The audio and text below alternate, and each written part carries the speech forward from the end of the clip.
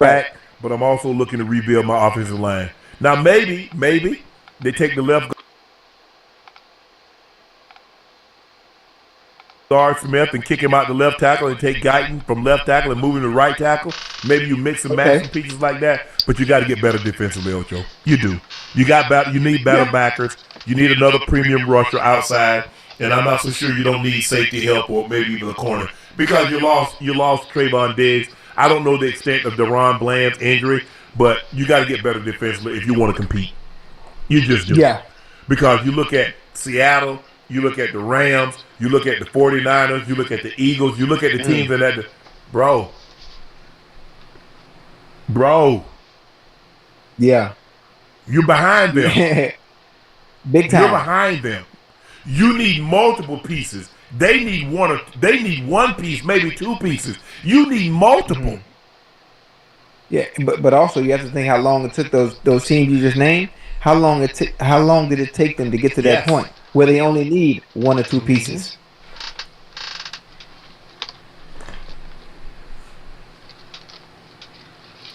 Ah, man, that's crazy. What the?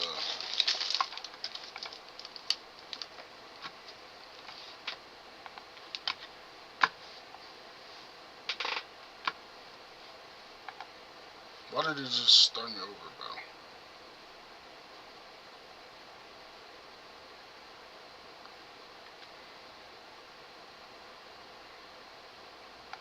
They take the left guard Smith and kick him out the left tackle and take Guyton from left tackle and move him to right tackle. Maybe you mix and match some pieces like that, but you got to get better defensively, Ocho. You do. You need better backers. You need another premium rusher outside, and I'm not so sure you don't need safety help or maybe even a corner because you lost Trayvon Diggs. I don't know the extent of Deron Bland's injury, but you got to get better defensively if you want to compete. You just do. Yeah. Because you look at Seattle, you look at the Rams, you look at the 49ers, you look at the Eagles, you look at the teams that bro. Yeah. You're behind them. Big time. You're behind them. You need multiple pieces. They need one piece, maybe two pieces. You need multiple. Yeah, but also you have to think how long it took those teams you just named. How long did it take them to get to that point where they only need one or two pieces?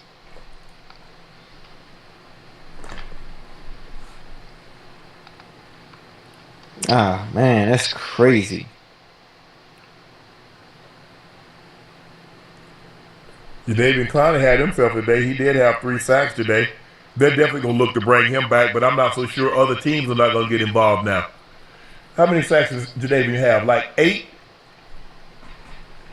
8 sacks now. All of a sudden, he ain't going to be looking to be playing on a $3-4 million deal. He's going to be looking to get 8 to 10. Yeah.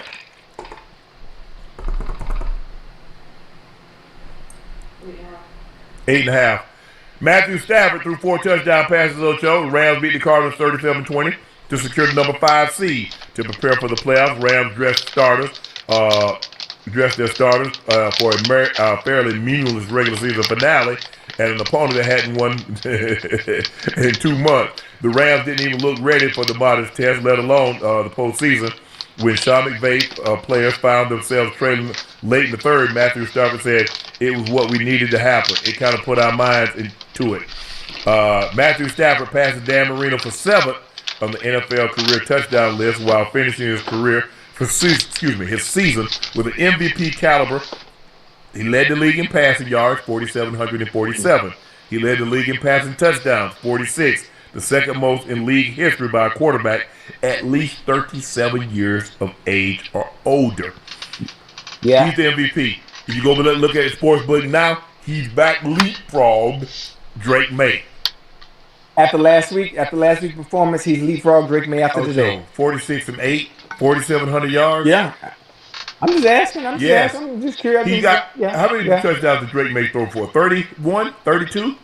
Because he's like 13, 14 picks in front. 13, 14 touchdowns in front of him. Yeah, I mean, listen, you heard all the rumblings last week because Matt Stafford had a bad week last week, and obviously, everybody, Drake May's the MVP, Drake May's the MVP. But I'm just curious because Drake May had one hell of a season too. Yeah. Drake May had one hell of a season, and he's worthy of the MVP conversation as well. Hey, but listen, what we saw Matt Stafford do, Super Bowl winning quarterback. He should look like this. And Puka Nacua.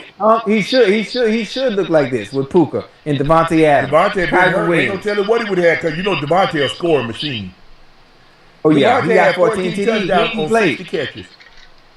Yeah, that's crazy. Hey, it's amazing.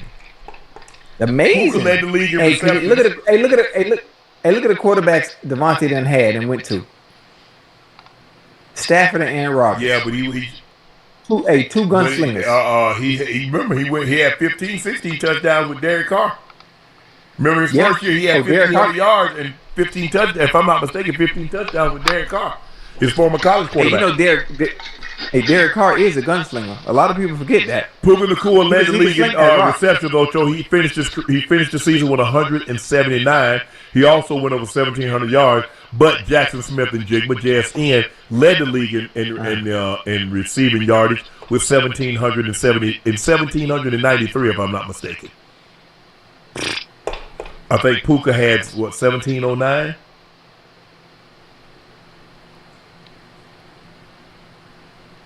Yeah, 1715. 1715. Puka had 1715. JSN had 1793. But Puka had 190. Puka had 129 receptions. I think McBride had 126 and Chase had 125. So Chase did lead the AFC in receptions again. Right. Hey man. Do you know what my numbers would have looked like with 125 receptions? No, what you mean? Well, with that many receptions, Ocho, you got to catch a lot of smoke screens. You ain't just getting no deep balls now. Hey, I forget deep ball. Just running routes. Just running routes. Just let me run routes. I don't want no smoke screens. I don't need no trick plays. How many smoke screens you think Puka catch? Exactly. How many? Chase ain't just catching square outs, man. You got 125 catches, Ocho. I can't just throw you square outs, posts, and digs. Hey, I gotta get you the ball, Ocho. I gotta get you the ball quick. I gotta let you do something with it. Yeah, hey, they so creative. They are. They are. They so creative with the way they get in the ball, and then them too, they can do so much once they get that ball in their hands, man. I can't do that. I can't do none of that. Break what tackle? Man, Puka be making catches. Puka be catching one hand. Man, you see them catches Puka be making? Yeah. I'm like, damn. Yeah. Hey, 50-50 ball with him turned 90-10, Ocho. But I think Matthew Stafford with today, I think Matthew Stafford is going to win the MVP. He's probably going to be Rookie of the Year as well. Maybe JSN win Offensive Player of the Year. But I think Matthew Stafford sold up MVP. It's been a no-brainer. Myles Garrett is going to be a unanimous Defensive Player of the Year. Rookie of the Year, is it going to be McMillan or is it going to be Tyler Shook? Interesting. You know what? The way Shook looked the last 6-7 weeks, they probably lean to more him. Because remember they gave it to him. I thought he played extremely well.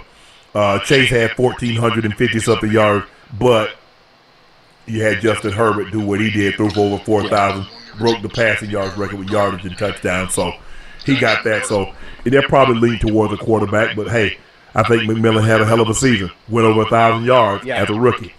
Ramondre Stevenson scored 3 touchdowns. Playoff bound Patriots beat the Dolphins 38-10. Stevenson rushed 7 times for 131 yards. New England posted the first sweep of the Dolphins since 2016. The Patriots finished this 14-3 season. with the most victories since they won the Super Bowl in 2016. The AFC East champions are the number 2 seed and host the 7th seed Chargers in the wild card game. Denver prevented New England from earning the top seed by beating the Chargers 19-3. If I'm not mistaken, I think the Patriots have the most 14-win seasons in NFL history. I think they have, what, 5 or 6, Ash? Patriots, Dolphins. Damn, my Dolphins, man. We gonna rebound next year though, huh? So how many seasons they got? 6. 6 14-win seasons. Yeah, we gonna rebound next year. Don't worry about it. Guppies ain't doing nothing. Y'all feed the fish. All y'all gonna do is Patriots and the Bills get fat. Y'all feed the fish. Nah, we good. We good. Listen, listen, we're bringing Troy Aikman in for a reason, huh? He ain't playing quarterback. We gonna get this thing. Nah, he ain't playing quarterback. He gonna get this thing together though. He gonna get it together. We gonna be all right. Don't worry about it. Watch what I tell you. Tyreek coming back too? He's not coming back. Yeah. Hey, we gonna work on a nice team friendly deal. We good. He ain't looking at no team for you. It's gonna be a lot. He good. He gonna be back. Quarterbacks out there. Kyler Murray. Drake May 14 of 18, 191, 1 touchdown. Joshua Jobs 3 of 4, 23 yards. Ramondre Stevenson 7 carries, $131, 2 touchdowns. Trayvon Henderson 13 carries, 53 yards, 2 touchdowns. Drake May 5 carries, 41 yards. They ran the ball 34 times, 243 yards, 4 touchdowns. Stephon Diggs had 3 for 43, went over 1,000 yards, went over for 1,000 yards receiving for the season. Ocho got him a nice chunk of change for breaking that mark in his incentive clause. Patriots look good. They look good. They look really good. Yes, they do. They look like this all season long. That's the funny thing about it. How the hell they lose to the Raiders? Hey, it's amazing. Hey, you know the motto. Any given Sunday. No matter how good you are, it can happen. A bad team could just have your number that day. You're right, Ocho. You're not wrong when you're right. Ocho, the Lions beat the playoff-bound Bears 19-16. Bates 42-yard field goal as time expired. Jared Goff and Detroit Lions ended the season as their sights on the Super Bowl. Now they're missing the playoff. It's frustrating, Coach Dan Campbell said. So that's what fuels you. Well, we don't want to be doing that again next year. That's not where we want to be. We've got to get in. Remember a couple of years ago, there's the NFC Championship game. They lost the divisional game. They lost the NFC Championship game to the 49ers. They lost in the divisional round when they're the number 1 seed to the Commanders. And then this year, they completely missed the postseason. Yeah. But obviously, they had too many injuries. They had too many injuries defensively. Now, obviously, when you had that many injuries, you have to be on point offensively. You can't put the ball in harm's way. Jared Goff has had some games where he turned the ball over, but the offense sputtered. They didn't look like they've always looked. Obviously, Coach Dan Campbell going for it and being very, what's the word I'm looking for? Being very aggressive. He had 11 for. Jared Goff was 27 of 42, 331, 1 touchdown, 1 interception. Jahmyr Gibbs 19 for 80. Amon-Ra St. Brown, Ocho, 11 catches, $139, no touchdowns. Jameson Williams 6 for 74, no touchdowns. Khalif Raymond 3 for 52. Jahmyr Gibbs 3 for 30. Y'all don't listen to me. I keep telling y'all, do not let the back cross your face. Ocho, how many times have we seen Jahmyr Gibbs score a touchdown on that Texas route where he crosses the linebacker's face? Yeah, every time. They think I'm just making this up. Hey, that's a mismatch too, huh? Ain't really no backer gonna be able to do anything with him anyway. What do you tell? What do they tell you? What do we always, as an offensive player, what do we say? We've got to cross the defender's face. As a defender, what is the defensive coordinator telling you? Don't let what happen, Ocho? Don't let him cross your face. I'll be damn. Why is this mic not working?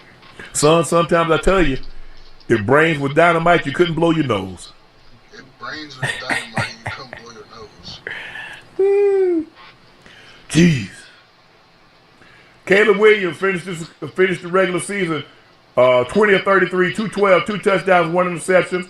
They didn't run the ball particularly well. I think that coming into the game, they were the third best rushing team in the league. But today, the Lions held them in check. 18 carries, 65 yards. Colston Loveland, 10 catches, 91 yards and a touchdown. Walker, 2 catches, 36 yards, a touchdown. Luther Burton III, 3 catches, 35 yards. Cole Kmet, 1 catch. He did catch the 2-point conversion. But if I'm not mistaken, I think Caleb Williams finished the season with the most passing yards in Bears history. Am I correct? They're the only team in NFL history, Ocho, that has yet to have a quarterback pass for 4,000 yards. But if I'm not mistaken, I think Caleb Williams has the most passing yards for a Bear in Bears history. He crossed it. What do you end up seeing? They got them. You heard me on? That goddamn Loveland is good. I told him, yes. Oh my 39-42, he finished 58 yards short. That can connect to this PC. Oh, 4,000? I mean, this game. Yeah. Golly, bro. The Broncos secured the AFC top seed in the playoffs in the AFC thanks to a 19-13 victory over the Chargers. The Broncos 14-3 tied their franchise record for the most victories in the regular season and earned their first #1 playoff seed since 2015, the year they parlayed that into a Super Bowl. Guess where the Super Bowl was held at that year? You guessed it, Levi Stadium in San Francisco. Bo Nix had one of his worst games of the season, throwing for just 38 yards in the first half and 141 yards overall. But he tied Russell Wilson's record, 24 wins in his first 2 seasons, helping the Broncos grind out another tough win. And now the season truly starts, right? Riley Moss, you win or you go home. So the stakes are high, and we're going to be ready to roll in 2 weeks. Broncos host their playoff game host their first home playoff game in a decade, which could be the Chargers 11-6 if they'll beat the Patriots at New England in the wild card game. Look, I get it. Nobody really wanted to show their hand. But even if you don't show your hand, guess what I want to do, Ocho? I want to execute. What? Yeah. Just because you don't show your hand, that doesn't mean you lack execution. They look bad. Mm-hmm. The deep and think about it. The Chargers didn't play any of their starters offensively or defensively. Right. And still kicked you. They won't worry about this, huh? They won't worry about this. I guarantee you. It wasn't nothing but a poker face. It didn't matter. How many sacks did the Broncos end the season on? Did they have, 65? They didn't break the record. The record's 72. I think by the 84 Bears.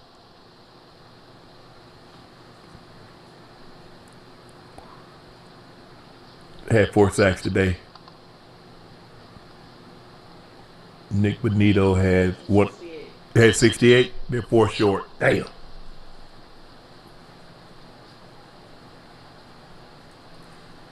Nick Benito ends with 14. Zach Allen. But, we rest up, Ocho. Get ready. Who is we? The Broncos. Vikings cruise past resting Packers 16-3 for their 5th straight win as McCarthy exits again with an injury.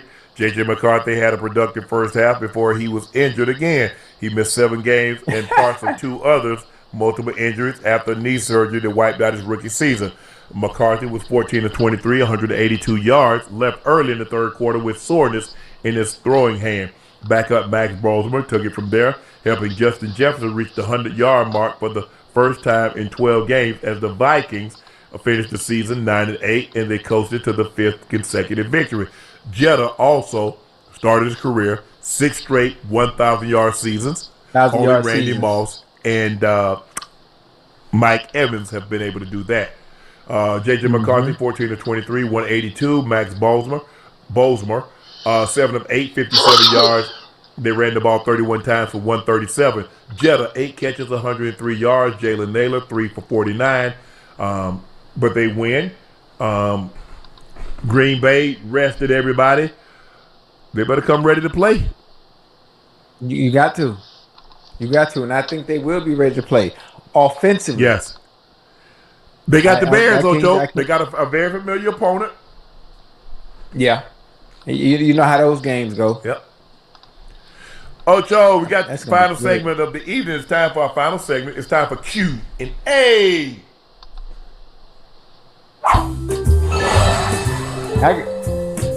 Boy, it's almost 2 o'clock. I got work at 5 o'clock. Ocho, Lord Byron _ double deuce. Should the Giants pursue John Harbaugh if the Ravens decide to part ways? Absolutely.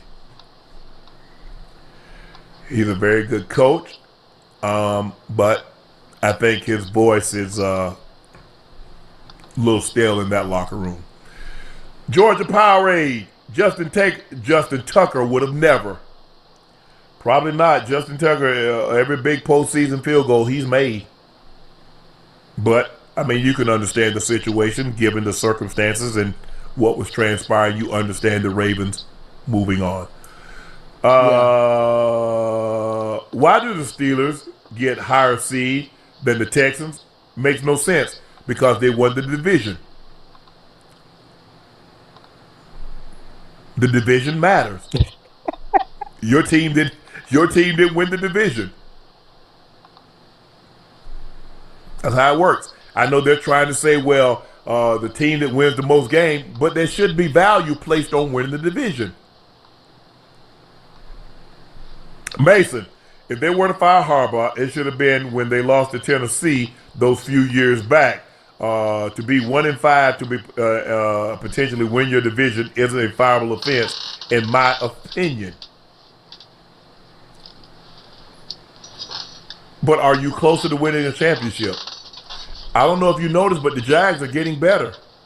I don't know if you noticed, Kansas City had a down year.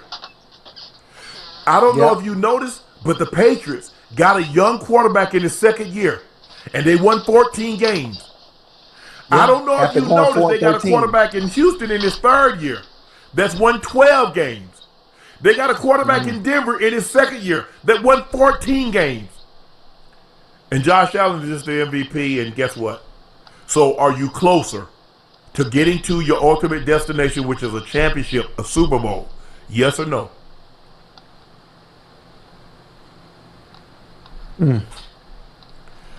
Jordan B. high as F. Ocho, tell these people that this is not Dennis Allen's defense. It's Matt Eberflus. Also, do you think the Bears have a legit chance to land Crosby or Garrett? I don't think Garrett is going anywhere. He said as long as the organization is still committed to winning, he's still committed to them. They're going to tell him, hey, Miles, we're committed to winning. Okay, I'll stay. I'm just being honest with you, Ocho. Yes, they got a chance to land Garrett. I mean, you're going to have to give up first, probably first or the third this year, maybe a second next year, maybe a player. Get a man an opportunity to win, man. Does he want an opportunity to win? Yes. Get a man an opportunity to win. Give him the opportunity. I don't see Myles Garrett leaving Cleveland in 2026. Stephanie Lane, Pittsburgh is in the building. We will be ready, period. They better be ready for us, that part. Stephanie, could be a great, the one thing the Houston Texans can do is get after your quarterback. After your quarterback.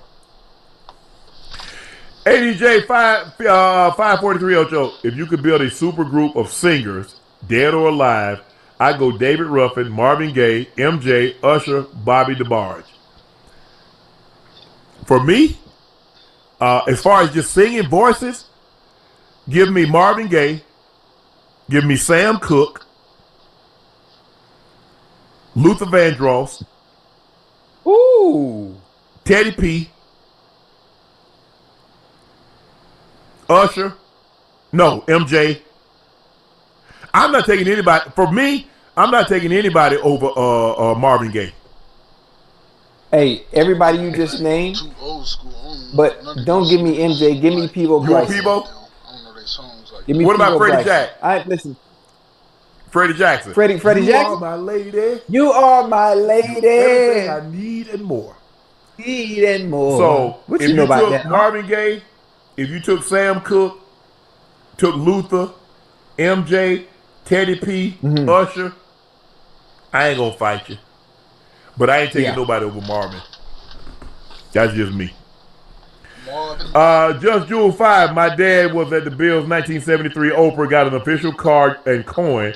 I was at the game tonight, and got an official coin and a towel. Go Bills. Bills Mafia got some of the best fans in the NFL.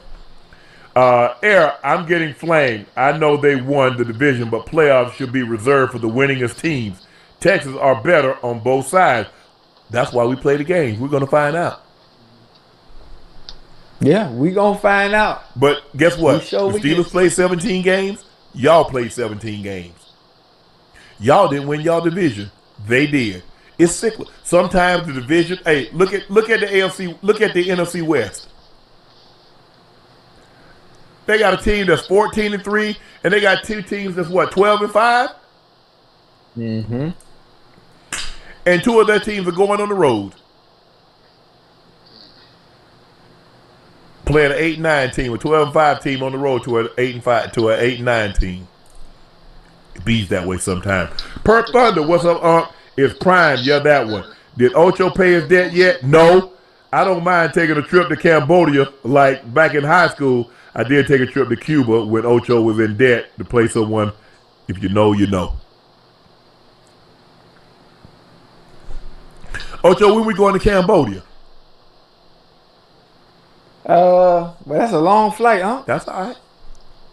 Honestly, I don't need to go to Cambodia when Cambodia came to me. True. Touche.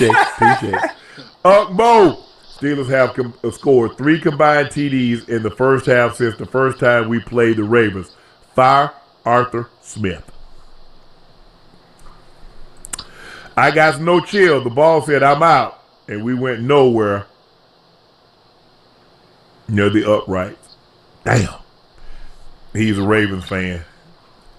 Shea stated the real question is, would it be a close game with Huntley? We'll never know. No.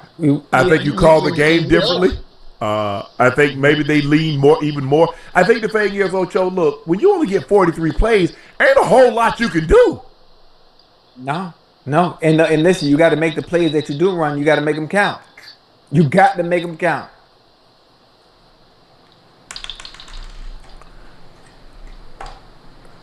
Janice Palmer, the game almost took me out. Good job, Aaron. Yeah, that game almost took a lot of people out. H-Bell OG, what's the best quarterback class? Y'all say, some people say class of 2021. Maybe. It's hard to beat that 83 class with Elway, Marino, Jim Kelly. They got 3 Hall of Famers, first ballots. They've been to a combined 10 Super Bowls. They only won 2. So Jason Kelsey was also in that 2020 draft class, the GOAT 2022. Wow. That was a hell of a draft class, Ocho. Yeah, it was. Your boy Sammy, Baker and Cousins finna be fighting for a floaty in Cancun. And Dal Smith, Allen has to get to the Super Bowl. If he don't, he'll never get there. Bills, no Pat, no Lamar, no Burrow. He will never have a better path than this. No excuses. I agree. And I also said that I believe that if he doesn't get there, Sean McDermott might not have a job. Well, golly. Ocho, no Mahomes boy, no Lamar, no Burrow. It's amazing. He won't have a better chance. I agree. Ivan Agostino, 18. Ocho, do you honestly think Pittsburgh can beat Houston at home? Yes, I do. Or it's just another first-round exit for the Steelers. That could possibly be. But in football, anything can happen. Anything. If I'd have told you 3 weeks ago that Carolina could beat the Rams at home, would you have believed me? Nope. Sure wouldn't have. Brendan Crow, what coaches do you see being replaced this offseason? As a Browns fan, I like to see them bring somebody to fix this offense, but I like to keep our DC. They've been elite. Yeah. Well, we know the coaches that's on the interim. The Giants have already fired their coach. They have an interim coach. Atlanta let their coach go tonight. Damn. You hear people talking about Ocho, the Raiders relieving their coach of their duties, of his duties. The Tennessee Titans have already relieved their coach of his duties. Yeah. It's still, I think it's 50-50. The Commanders keep their coach. Both these teams can score. What's going to happen in Arizona? John gonna have to bring his A game every game. So That's tough. we shall Yeah, see. some of those situations aren't even salvageable. It's almost unfair when you feel bad for the coaches, huh? Stephanie Damn. Lane, dead foot, dirty birds. It's a bird. It's a plane. Did the Ravens just go up in flames? Sip for me, Chad. LeVar 40, Harbaugh and Munkin are saboteurs. Once again, they stopped Henry. Terrible. HP's fine is 1201. I've been a Panthers fan since the franchise started. Folks need to put some respect on our names. Cardiac cast for life. I'm damn near cried. Ocho tears. I was so excited. Well, you got your hands full on Saturday. On Saturday, got your hands full. Yeah. Kai Simpson, ashes to ashes, dust to dust. Thanks for nothing, Tyler Lute. My soul is crushed. So once you're just a rookie, come explain. It's my bookie. Just kidding. I don't gamble. Tell Luke no food for 40 days. Damn. Got the man on the 40-day fast? Hey, boy, that's that hurt, huh? Oh, hell That's yeah. that hurt. Yeah. Imagine how the players feel. If the fans... I was on my phone, and it came down to that last play, him to kick it.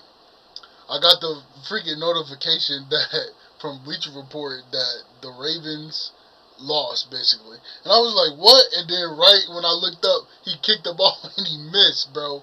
I was so hot. feel like that.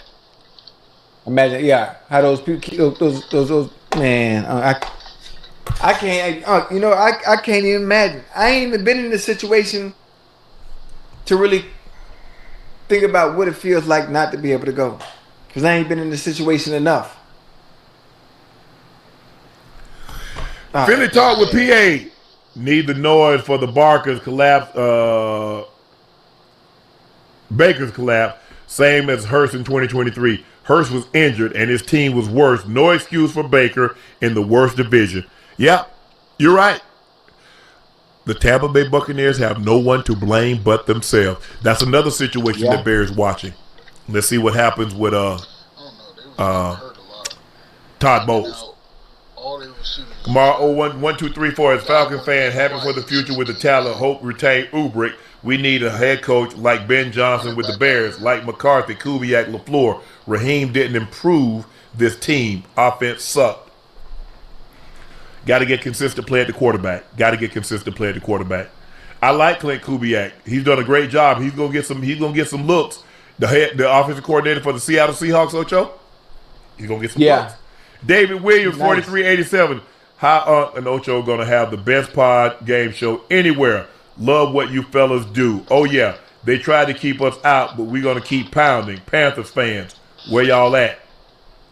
Yeah, keep pounding, bitch. You know what it is. Connor with a K. With this possibly being Harrison Smith's last game, do you think he's a Hall of Famer?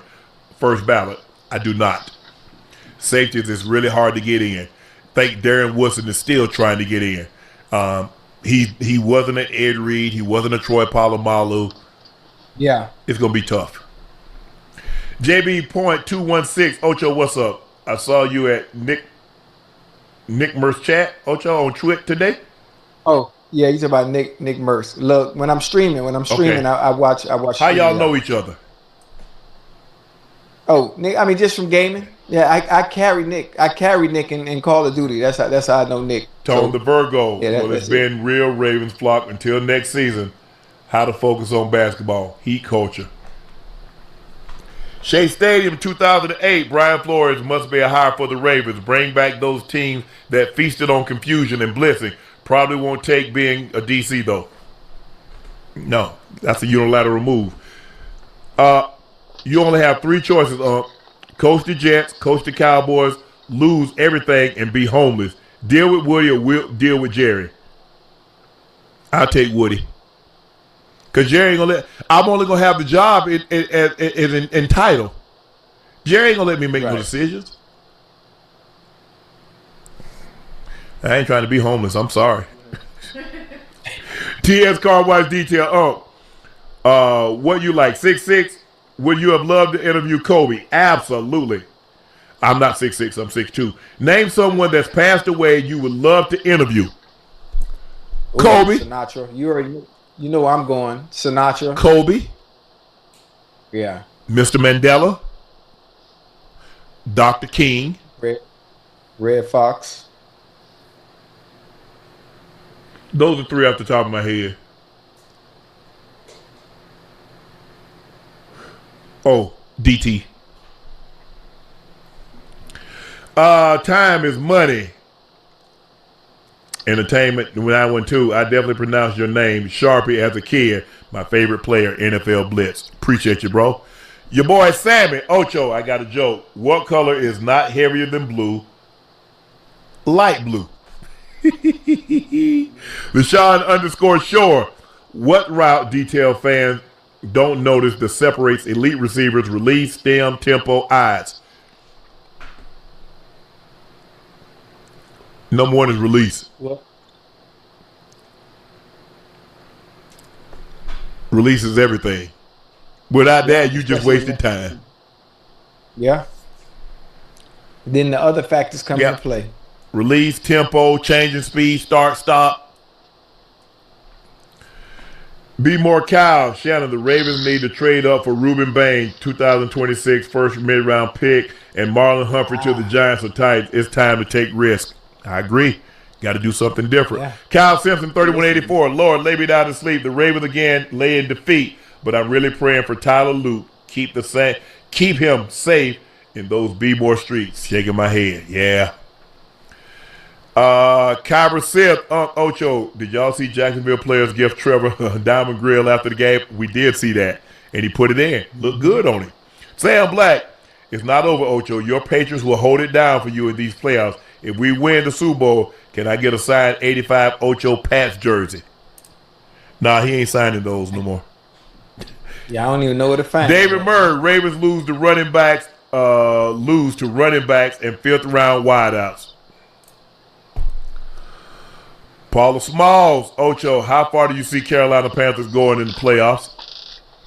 First round. Ooh, listen, this wall the pressure goes on young Bryce, huh? Young Bryce. Listen, they're gonna pick up that 50-year option, right? Yep. Right. But you talk about long term for the future. This is where he has to show up. This is where he has to elevate his level of play in the playoffs and show that, listen, I'm the one that can ride this ship. I'm the one for the future. So everything, the onus is on him, especially in the playoffs. He has to play his best effing football. Cali 1, 2, 3, 4. You should get Coach Saban on Cub Shay Shay. Not a bad idea. Green Beans, Ocho claimed the Patriots just like he claimed never went to an HBCU, but he was enrolled in Langston. He wild. Chris, the YouTube critic, man, like Lamar said, something fishy with these field goals. Technology and bettors won the game. They missed zero kicks from under 50 yards. Jake Sadowski, it was bees what the media said about Lamar giving up. Key Carp 98, the Ravens need to draft better. Kevin Schweibelhofer, Ocho cracks me the hell up when he holds them yawns like life depends on it. I know it ain't over, but one catching that. All love. Eric Jordan Scott Orlovsky wouldn't shut the F up during the Bucks-Panthers game, instantly driving 3-hour broadcast me crazy. I've never had so much insufferable viewer experience. Never again. Cut the sound off, bro. De Niro Escobar Ocho, you've only been to AFC Championship game, caught one pass in the Super Bowl with one franchise. Miami cut you preseason on HBO. Why would you be ashamed to support the Pats? Bill traded for you. Peace. I'm from fucking Miami. I played in Cincinnati for 11 years. I didn't do shit on the patch. That's why. Common Tim sense. Taylor, my mother Sheila Taylor, happy birthday tomorrow. She'll be turning 60. We are huge fans. Can you please wish her a happy birthday? Absolutely. Sheila Taylor, happy birthday from Uncle Ocho and the Nightcap family. Hopefully you do something fun. Make sure you take your mom out and do something fun with her. Let her know how much you love her and how much you appreciate everything she's done. Red Wine. If Shook didn't play the whole season and missed the playoffs, why wouldn't T-Mac win the Offensive Rookie of the Year? I think he's going to have a great chance. I think it's between those two guys. I think it's Shook and McMillan. If I had a vote, I would vote McMillan, considering he played the whole season and he won the postseason. And he's going to the postseason. Thank you guys for joining us for another episode. As you watch the Pittsburgh Steelers go to the playoffs, they win the AFC North 26-24 thanks to the Ravens missing a field goal as time expired. Thank you guys for joining us. I'm your favorite aunt. That is my partner and co-host, Liberty City's own Bengals Ring of Fame honoree, a former Pro Bowler and an All-Pro. He's Chad Ocho Cinco Johnson. Please make sure you hit that subscribe button. Please make sure you hit the like button and go subscribe to the Nightcap Podcast feed wherever you get your podcast from. We would like to thank each and every one of you for your support and your continued support. Make sure you guys looking to purchase a bottle of Shea by Laportier. Head over to Laportier.com if you can't find it in a state or city near you. It is a premium VSOP cognac. We have the OG, $7.50. Now we have the Junior, the $3.75. Same great quality, same great taste, same smoothness going down.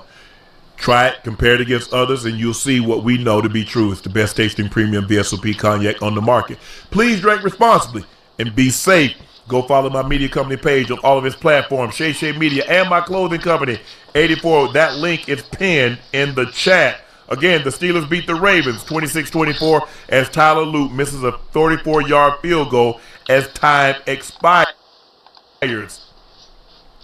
And thanks to the Falcons beating the Saints, the Carolina Panthers are in the playoff. They take on the number 5 seed, the Los Angeles Rams. I'm Unc. He's Ocho. We'll see you tomorrow night. Thank you for joining us tonight. We greatly appreciate your support. We're out. Peace. Good night.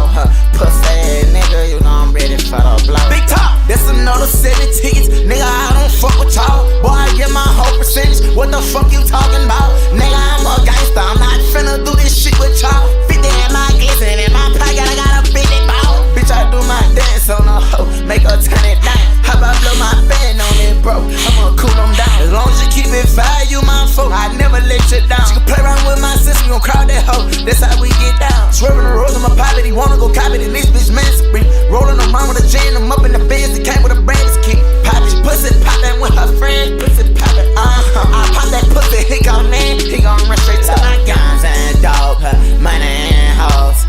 That's how all my niggas roll. Big top, bump it low, yeah. Drums and my pole. I'm fresh as fuck, my money up. You play it and I'm gon' blow. Yeah, ready to bust it, I'm ready to do it. Let's get it and put it that shit on my mind. Fuck the window, I got on my feet and I blew it. Them scary ass niggas, they know I'm a problem. Look at the chain, these diamonds, they shining, gon' blind them. The shorty, she loving the timer. I'm number one if he want it, I beat him about it. He better go work on his body. Painted interest in the bay, little bitch with a stick in the back of the feet. Pop my shit for free, yeah. You gon' pay, you won't see.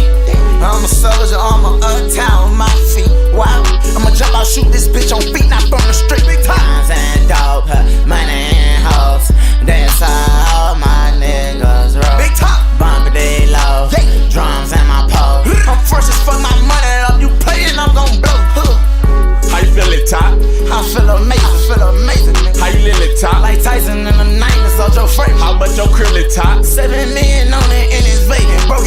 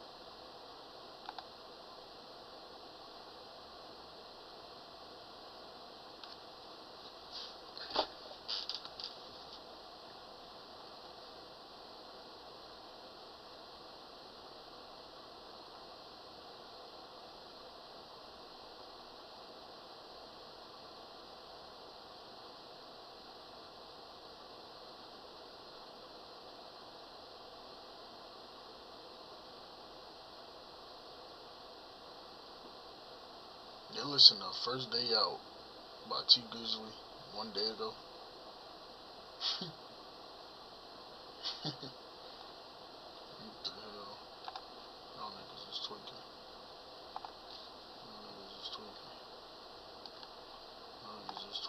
So you can see with the old man, he was stabbed in the belly and his head hit that one table, cracking his skull open. I can't see where the female, how she died. Get out of the car! Get out of the car! It's New Year's Day in Mount Dora, Florida, where police respond to a home in a retirement community after a caller reported finding an elderly married couple brutally murdered. You might want to go into this. Do you have a That's key? where they are. Hey, he said that's where they are. You'll want to go through this door.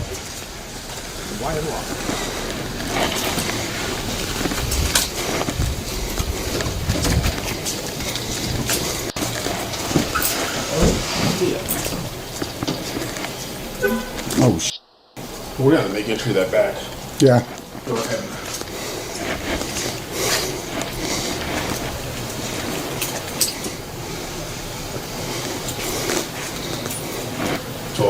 It's, you can't go through that door. They're right here inside the door.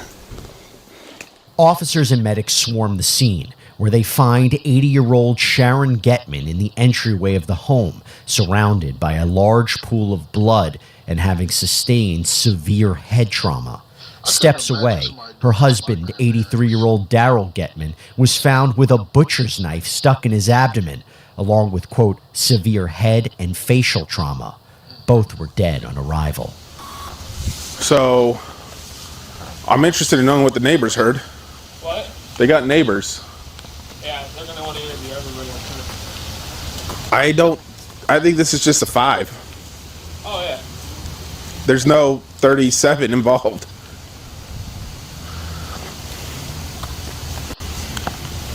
It's very odd. Yes. The way The bodies are. Yeah. And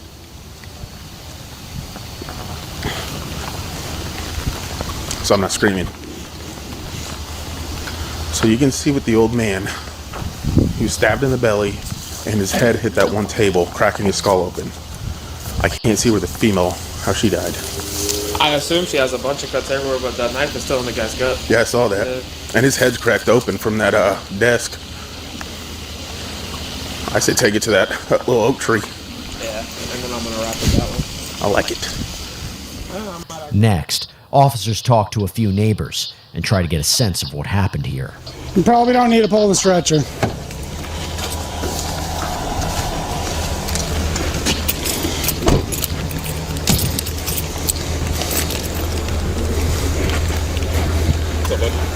They're clearing the inside right now just to make sure nobody else is in there.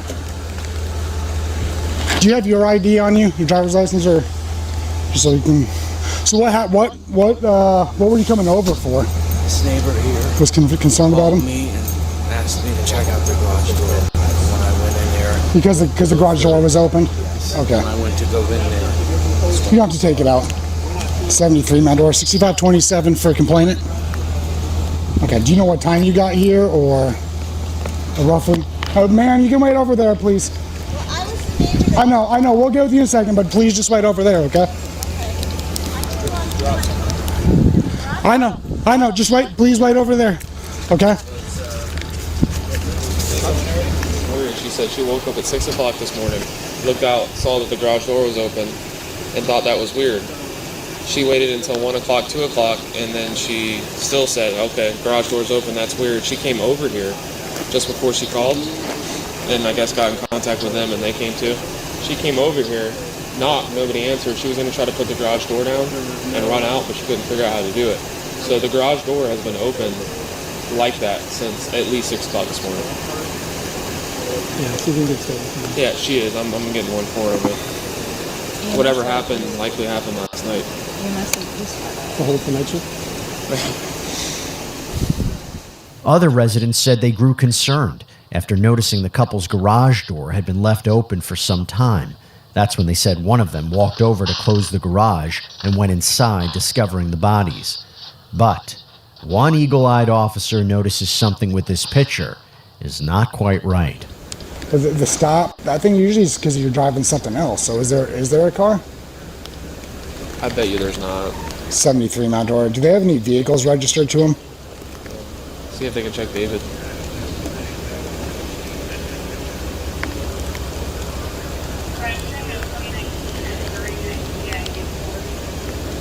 Wow.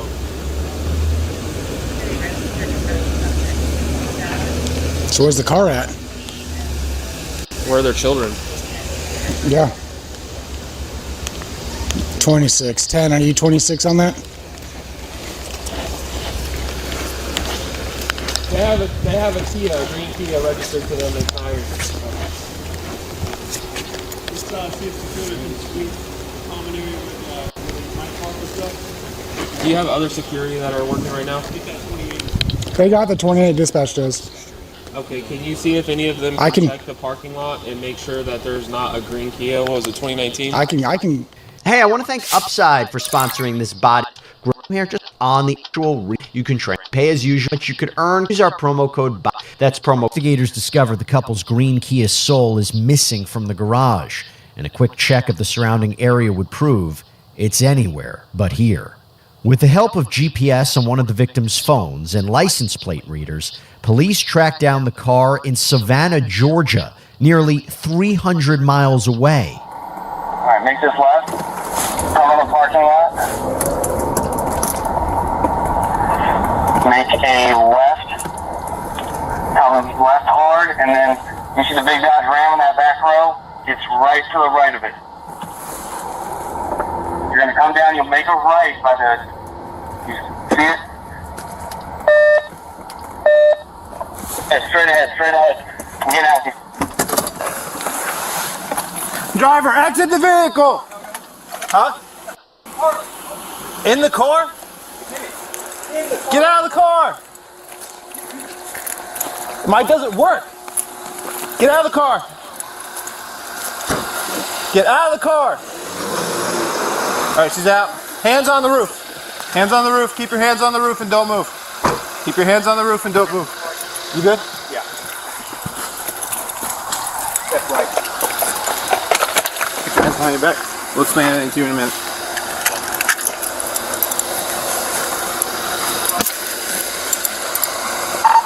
What's your 95?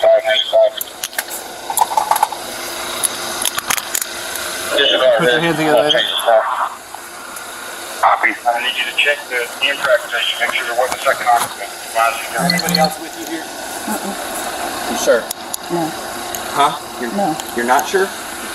You said, is there anybody else here with you in this car that came with you? No.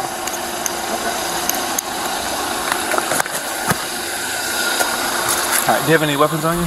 Police identify the suspect seen here as 50-year-old Vicki Lynn Williams, who was allegedly found living in the couple's car near a train station. No, okay. Walk this way for me. What's your last name? Williams. What is it? Williams. Miss Williams? All right, just stand right here on the side of the car. All right. I'm not going to actually search you. I'm just going to make sure you have anything on you. All right, stand right here. Just step back.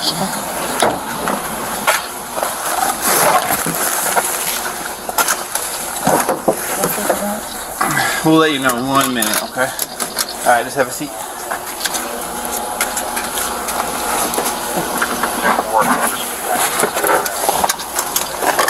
Just keep an eye there for 1 second.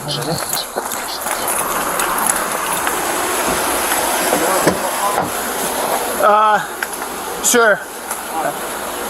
I mean, I don't know where we're going, but About to go clear. In there.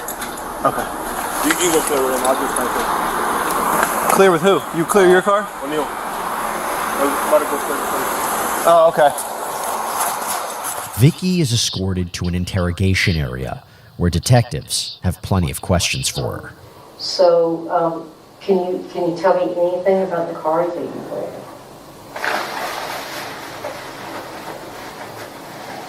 What do you want to talk about? Well, I mean, I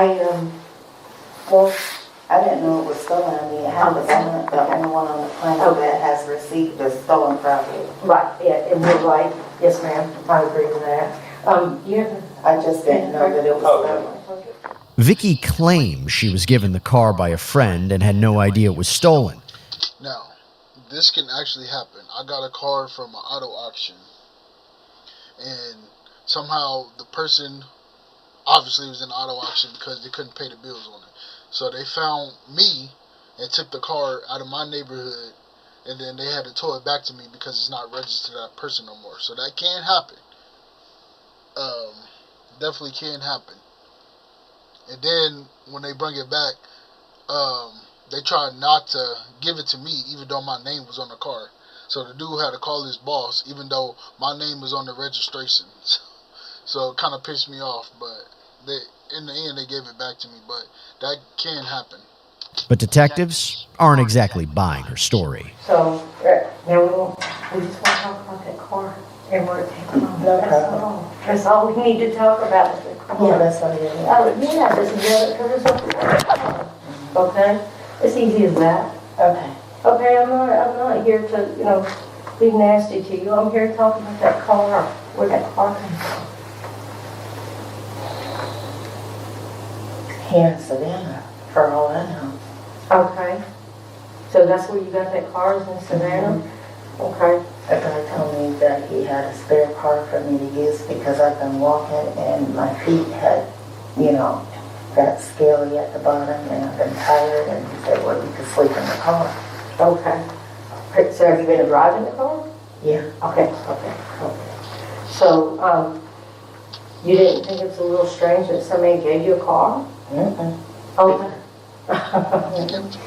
Wish somebody give me a car. Somebody gives me a car.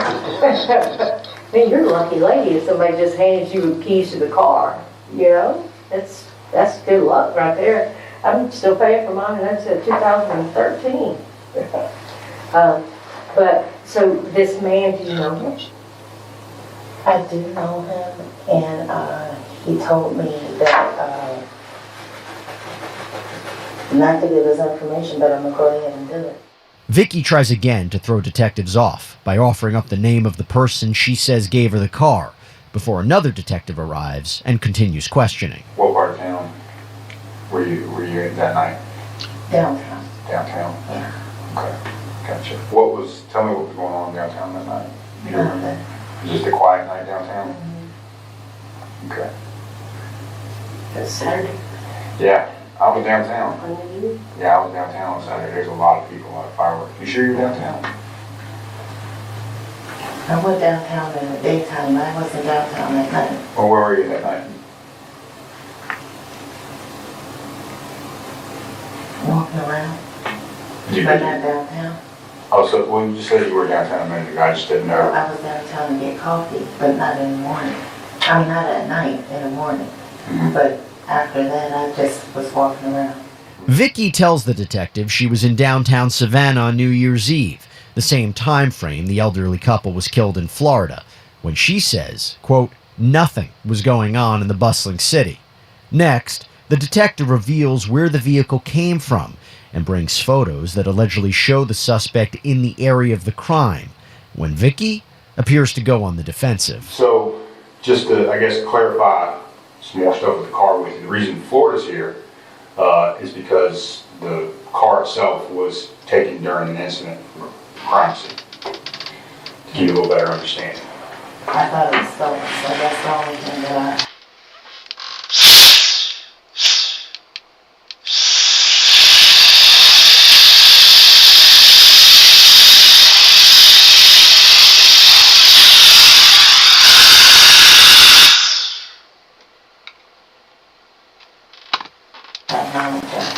Yeah, stolen.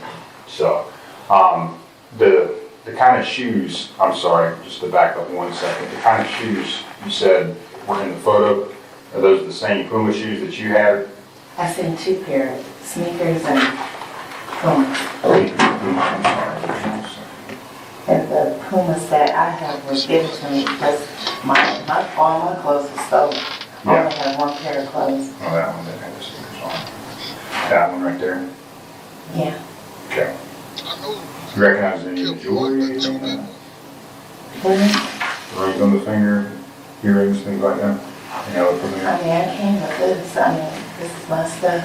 Okay. And you said it was stuck in the bone, so. There was nothing in the photo that I see that's on me. Yeah.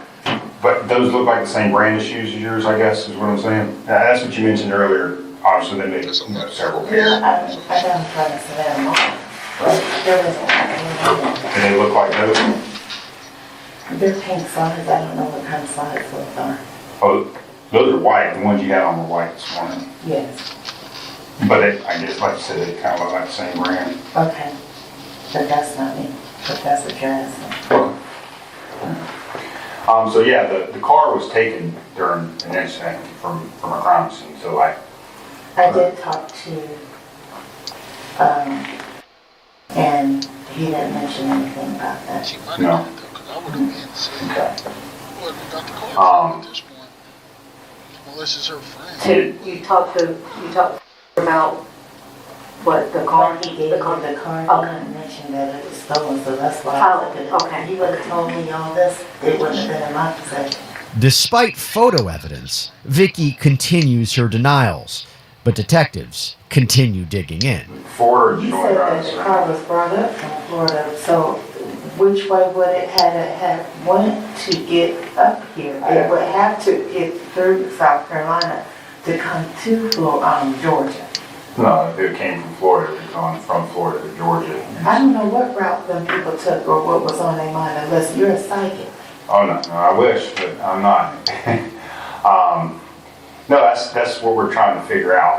I'm just trying to figure out who Miss Vicky is. Which route they took? No, I'm not trying to figure. I'm not worried about the route Okay, because you was asking me, was I in South Carolina? And I told you I hadn't been there. Hadn't been there. I'm just trying to see. Last time I've been to South Carolina was when I took care of the charge that you brought up. Mm-hmm. Okay. I just know you said you weren't really sure where you were Thursday or Friday, or you knew you were in Savannah, but couldn't really remember. I was in Georgia, yes. Okay, and I just wanted to make sure, like I said, in this time that you're walking, you didn't sleep, you said, for 24 hours, I think? That's what you told me one night? I own a business, so I have to do things. Business? Yeah, What business? my business. Okay. And I get it, you're busy, you're up for 24 hours, and I just wanted to see if there was anything like that. Because again, people don't sleep. I'm homeless doesn't mean that I don't have money. I agree with that. What I'm getting at is I wanted to make sure there wasn't any times that you had forgotten where you were. No, that wasn't it. It wasn't it. I mean, I just met you. I have a business to run. Okay. I'm also a real estate agent, so that's why I was up. I was taking care of some business. Gotcha. On Thursday and Friday. And prior to that. Okay. And any of that business that you're doing with real estate, does that take you into Florida or other places? No. Nothing like that? No. Okay.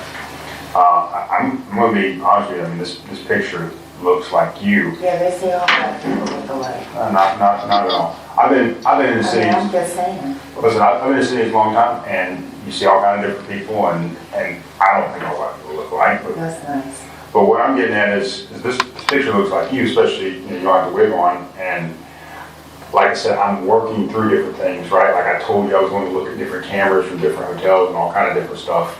It doesn't help me when you're saying, oh, I ain't, but if I can find stuff that I'm looking for, right? Because you told me you went and got coffee, you told me you were crossing the bus station and all that kind of stuff. That's what I'm trying to figure out. Do you want to take another look at the photo? I said no. I mean, not no to the photo, but I'm saying no, that's not me. Now, the detective reveals photos of the victims to Vicky that appear to jog her memory. I mean, can you think back? Is there something that you may have run into and you just don't recall at the moment? I used to work in the medical field, and I'm wondering if that could be one of my patients from a long, long time ago. It looks like her. What about that, John? I don't remember him, though, but her face looks, I guess because she's sitting here. Mm-hmm. Well, yeah. But there's never time, I mean, could have run into him somewhere at all? Mm-mm. Ask him for anything? Nothing? Neither one, no. What medical field? Wait a minute. I seen him at, when I was sitting there. Come on. Really? Yeah. Well, tell me about it. He just was sitting there with his wife, but it wasn't the lady that was there, it was another woman with him. Yeah. I'm shocked. I didn't think she could kill 2 people.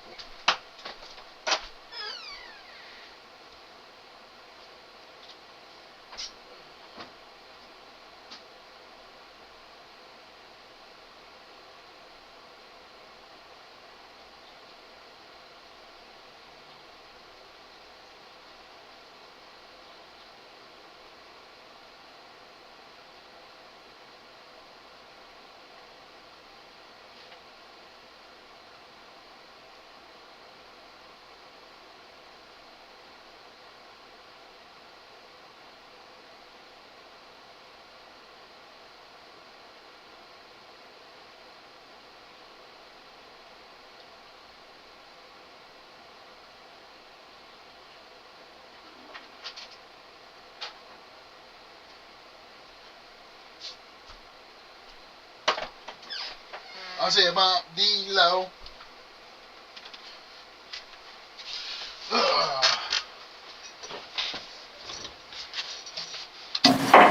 You sure it was that guy? Yeah. Tell me about, like, what drew him to you? We said Happy New Year to one another, all of us at the table. Yeah. Yeah. Yeah, I started the conversation. I said, Happy New Year, y'all, and they said it back, and I sat across from them, and we just glanced at each other every now and then while we were eating, and looked like they were enjoying their food. Did you ever think you'd see a photo of him again? Mm-hmm. Gotcha. What, when you saw him, do you remember what he was wearing? I don't. I know he had on something similar to this, like clean cut, like a polo shirt, you know, button up, and a pair of slacks, but I don't remember what color. Okay. I was on my phone that day, so. You were on your phone? Mm-hmm. Okay. Now, you told me earlier that your phone was taken Thursday or Friday. Yeah, but I have access to other people's phones. Oh, well, where's that phone? I gave it back. Who did you give it back to? A friend. Who was that? Come on now, please. No, I need you to come on now. What do you mean?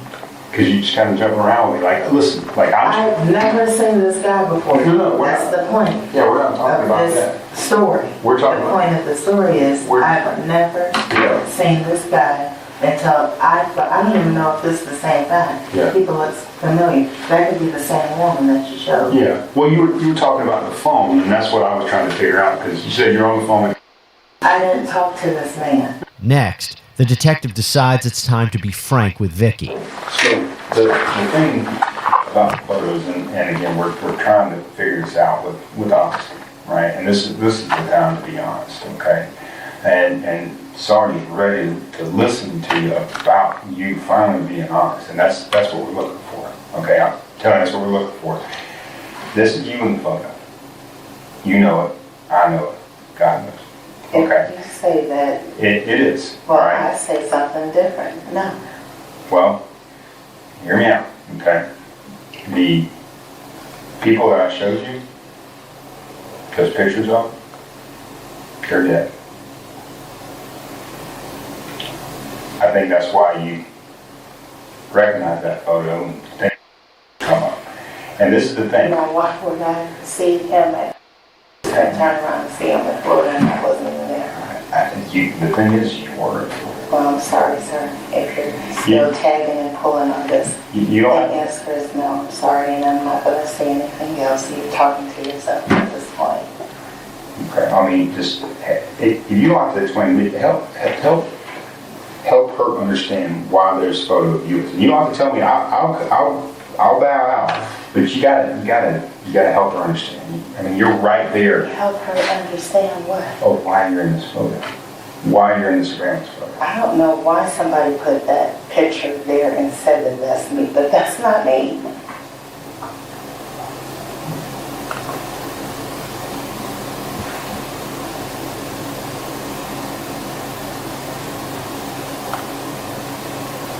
Next question.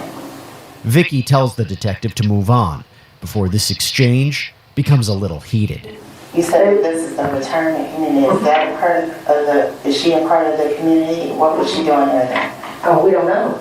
I don't know. Okay, I don't. That's the question. I don't know why this lady is in this retirement community. This is a locked down gated community. You know what I'm saying? And this lady, the people in this community spoke to this lady. Okay, so that's how we have to. They said that, you know, very polite. One of them said something about does she have on? What here? In all black? It looks like it's all black to me. In Florida. Well, you know how cold it is right now? I don't know what you're talking about, but we just got finished talking about how hot it was, so now we're talking about how cold it is. Now.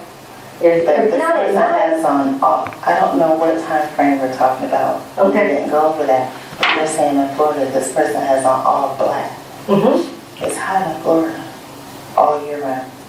Right, but this is in the evening. Okay, so you'd be surprised how many people wear all black. Okay, a lot of times. But I don't know how many times you want me to stand up. Oh, no, I don't. I just know that this is a gated community and this is a building. This is an apartment building in Mount Dora. Okay. Okay. Well, what do you guys want me to say? We're looking for the explanation. That's it. I'm not asking you of basically this photo. What do you want to do? Because I told you no and you're telling me yes, so. I got a different question for you. What would you tell me, or what would you say if the belongings to the people I showed you in the photo, the two people that are no longer on this earth, if the belongings were in the car you were in? You have to ask. I'm not asking. In the vehicle. I'm not asking. I'm asking you about those things. You're asking me about the property that I told you I had no idea what was in there? Okay. I'm being real honest with you. Because I did tell you I didn't go in the trunk. What? You got some street wit about you. I can tell. You're a smart, very polite young lady. What makes you look foolish is when you say that's not you in the photo. You're smart. You're smart as well. I'm telling you, this is the thing. I just want you to understand all the stuff you're saying makes sense. But when Sergeant got you right here. But you keep going back to the photo. You said no, and I said no. Yeah, and that's what I'm getting at. It's like everything you're saying, smart as well. Boom, boom, boom. Vicky's got the answer to this. But this, I don't know what else you want me to say. If I'm saying no, that's not me. So what's your next question? You gotta give me some explanation. Like, if I ask you something like, no, because A, B, and C, you're just saying, no, that's not me. But any person, a child could look at this and be like, yeah, that's the same. If that's what you're saying, but that's not what I'm saying. And I said I wasn't there. Okay. So, we know it wasn't in Florida. If that's what you say. We know it wasn't in Florida. But somehow the vehicle ends up from Florida here. I don't know how the vehicle got here, okay? All I know is my part. Vicky asks for an attorney and ends the interview. She was charged with 2 counts of first-degree murder and grand theft of a motor vehicle. Prosecutors allege she stabbed the couple to death in their home on New Year's Eve before robbing them and stealing their car. In May 2024, court records show she was deemed incompetent to stand trial and committed to a facility, where she's since been deemed competent to stand trial after further evaluations. At last check, Vicky is expected back in court this spring. The state is seeking the death penalty. So she did do it. I couldn't see it, but hey, no murder had no name on it. If I said that right. If I said that right.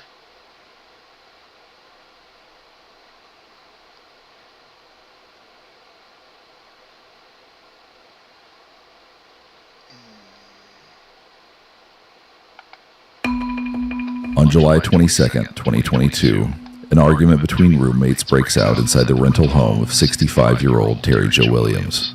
8 years ago, Williams decided to sublet a room in the home to now 63-year-old James Edward Hicks, who has been her roommate ever since. She didn't know at the time just how seriously that decision would affect her quality and quantity of life. News sources out of Florida described the argument between roommates as a result of Williams' request that Hicks move out immediately. Hicks refuses, and the argument escalates. Hicks flees to his bedroom, shuts the door behind him, and calls Pensacola police officer Austin Haswell on his direct line around 5 p.m. In the background, Officer Haswell can hear a loud banging on the door. Hicks tells him Williams is hitting the door with a hammer. The officer self-dispatches to the shared home on Aqua Vista Drive, where he finds Hicks and gets his side of the story. Hicks claims Williams has hit him and damaged his glasses in the process. Inside, Hicks' bedroom door is missing. The officer inspects the home and notices a door, riddled with holes, removed from its hinges and lying on the floor in another room. The officer doesn't see any signs of physical injury to Hicks' body, and he can't seem to find any evidence of damage to his glasses either. But that doesn't stop him from making an arrest. Williams admits to striking the door with a hammer and removing it from its hinges. Officer Haswell interprets Williams' actions as an attempt to tamper with evidence of a crime. Williams is placed in handcuffs and taken to the Escambia County Jail to be booked. She's charged with 1 count of property damage and 1 count of destroying evidence, a third-degree felony. Following the arrest, Williams receives an additional charge of battery. Her court date is scheduled for 8:30 a.m. on August 12, 2022. The arrest report from that evening includes an interesting detail regarding Hicks and Williams' relationship. According to the officer, Hicks confirms the relationship is strictly platonic. The two are purely cohabitants. They have never been intimately involved. Less than a month later, on the day of Williams' scheduled arraignment, an already difficult day turns into a living nightmare. 12:01, a neighbor's outdoor security camera captures Williams returning to the home she shares with Hicks. She pulls her vehicle into the driveway and parks all the way at the top, nearest to the house. Just a minute later, the neighbor's camera captures movement by a person who appears to be wearing a piece of white clothing that cuts off at the knees. The movement continues for several minutes. Then, at 1:54 p.m., the Pensacola Police Department receives a 911 call reporting a possible cardiac arrest outside of a home on Aqua Vista Drive. Police arrive to find 65-year-old Terry Jo Williams face down in a water feature in her own front yard. She's wearing a bright pink t-shirt. Her roommate, James Edward Hicks, is the only other person known to be at the residence at the time of her death. A few days later, Hicks is brought in for questioning by Pensacola Police Detective Kramer and Detective Turney. Alright, so the reason you're here is I'm just trying to develop a timeline of what occurred. So I'm going to try to get you to think back and just go from start from when you woke up that morning. Actually, I want you to start maybe 3 days before. Okay, I want you to tell me everything that you can recall. She was just in a down, depressed mode of how she let her family down. This is what happened the day of. She's embarrassed. She didn't know how she was going to look at her family no more. Just everything was, and I tried to cheer her up. So you let one bad thing happen, it's going to be over with. Oh, I have a criminal record for the rest of my life. I'm a criminal. Hicks tells detectives that he found something they may want to see. Although the home he shares with Williams was a mess, covered with tequila bottles and Williams' scattered belongings, he discovered a possible piece of evidence in a laundry room trash can. He reaches into his pocket to pull out 2 torn pieces of paper. Emptied out my dryer sheets. I found these on the bottom.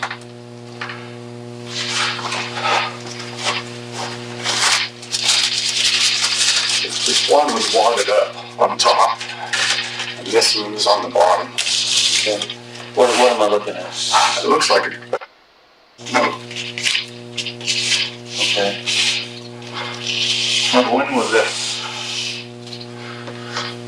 When did you got this? I know, because I can read this one. I remember when that happened, when she says it's had a black eye, and she was with Mike.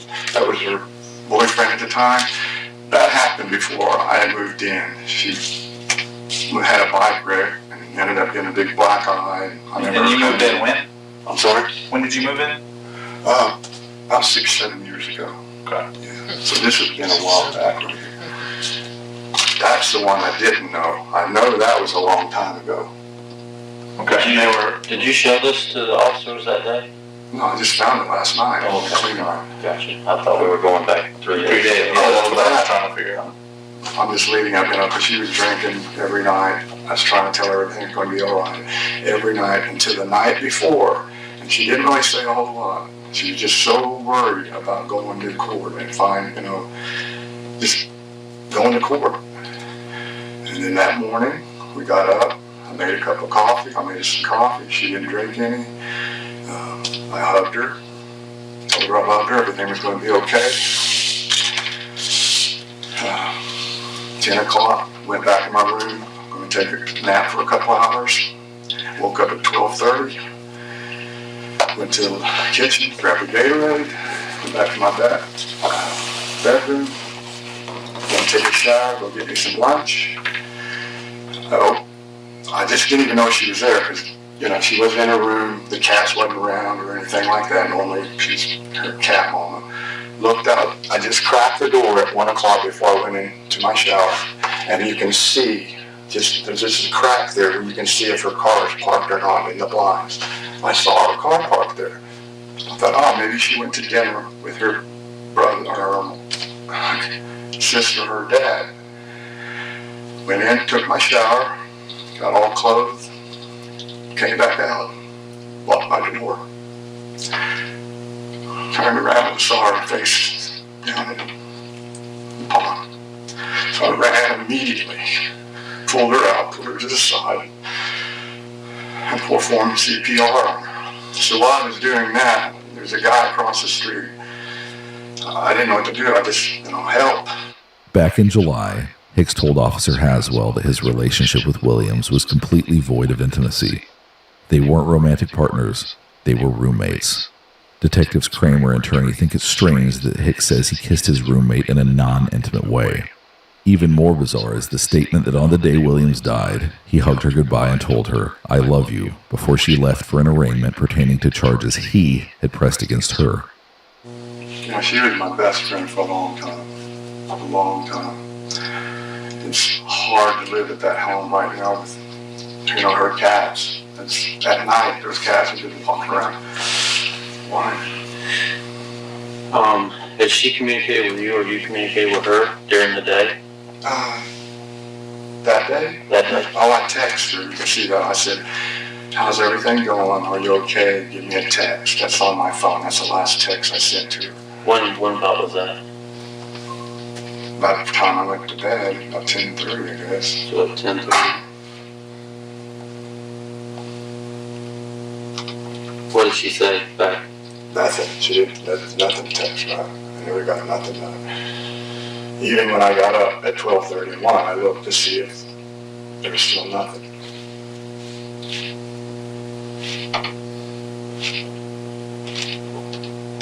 So you're saying it was 10:30 at night that you sent the text, or 10:30 in the morning? Yeah.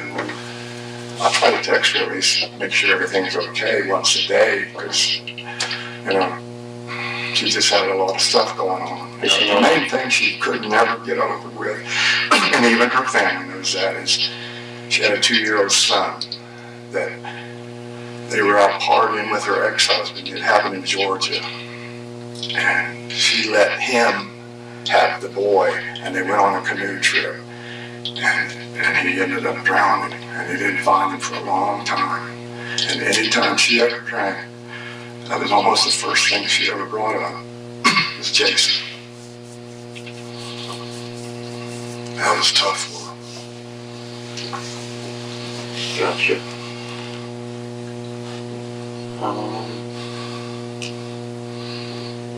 Well, how would your conversations go? Would they go back and forth on texting? Like she would answer you and say, "I'm okay"? Once in a great while, she'd say, "Hey, everything's okay at Dad's," whatever.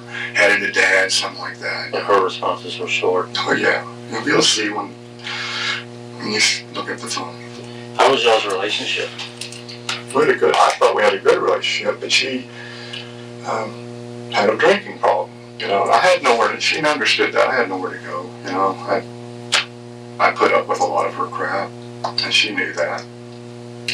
That wasn't, you know, there'd been 4 or 5 times where I left one time about 4 years ago, just you know, because she would get really angry. She had anger problems. Really, well, you know, that's not the first time. That's the second time officer came out. First time, she just went, I don't even know. She got a text. This is what's crazy. She got a text, and it was some text from, I guess, a site, but it came from a conversation. I hope it, you know, whatever, if you look through her phone. But she blamed me. She goes, "What is this? Did you send this to me? This is about some girl being..." I was like, "I have no idea." That happened twice. The first time I said, "Please let me have your phone so I can show you that number where it came from." It didn't come from my number. She let me do that, and she realized that.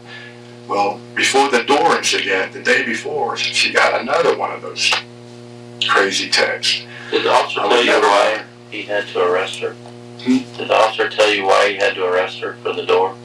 Well, for assault, one, because I did not do anything. She hit me a couple times with water bottles, knocked my glasses off. I had my phone in my hand. She took it, and she tried to break it. Thank God it landed on the carpet. But I don't know what they got her for, actually. I know they got her for tampering with evidence. Yeah. And, I'm just curious, because if you said you didn't want her arrested, then he wouldn't have arrested her, I wouldn't think. Yeah. No, he saw it.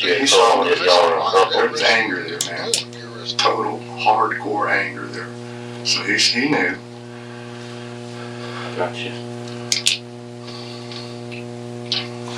So you say that you and her were, the entire time that y'all have known each other, were never intimate? No. Never had any kind of I've kissed her before, but it wasn't an intimate kiss, you know. It's just like going to Georgia, you know, please take care.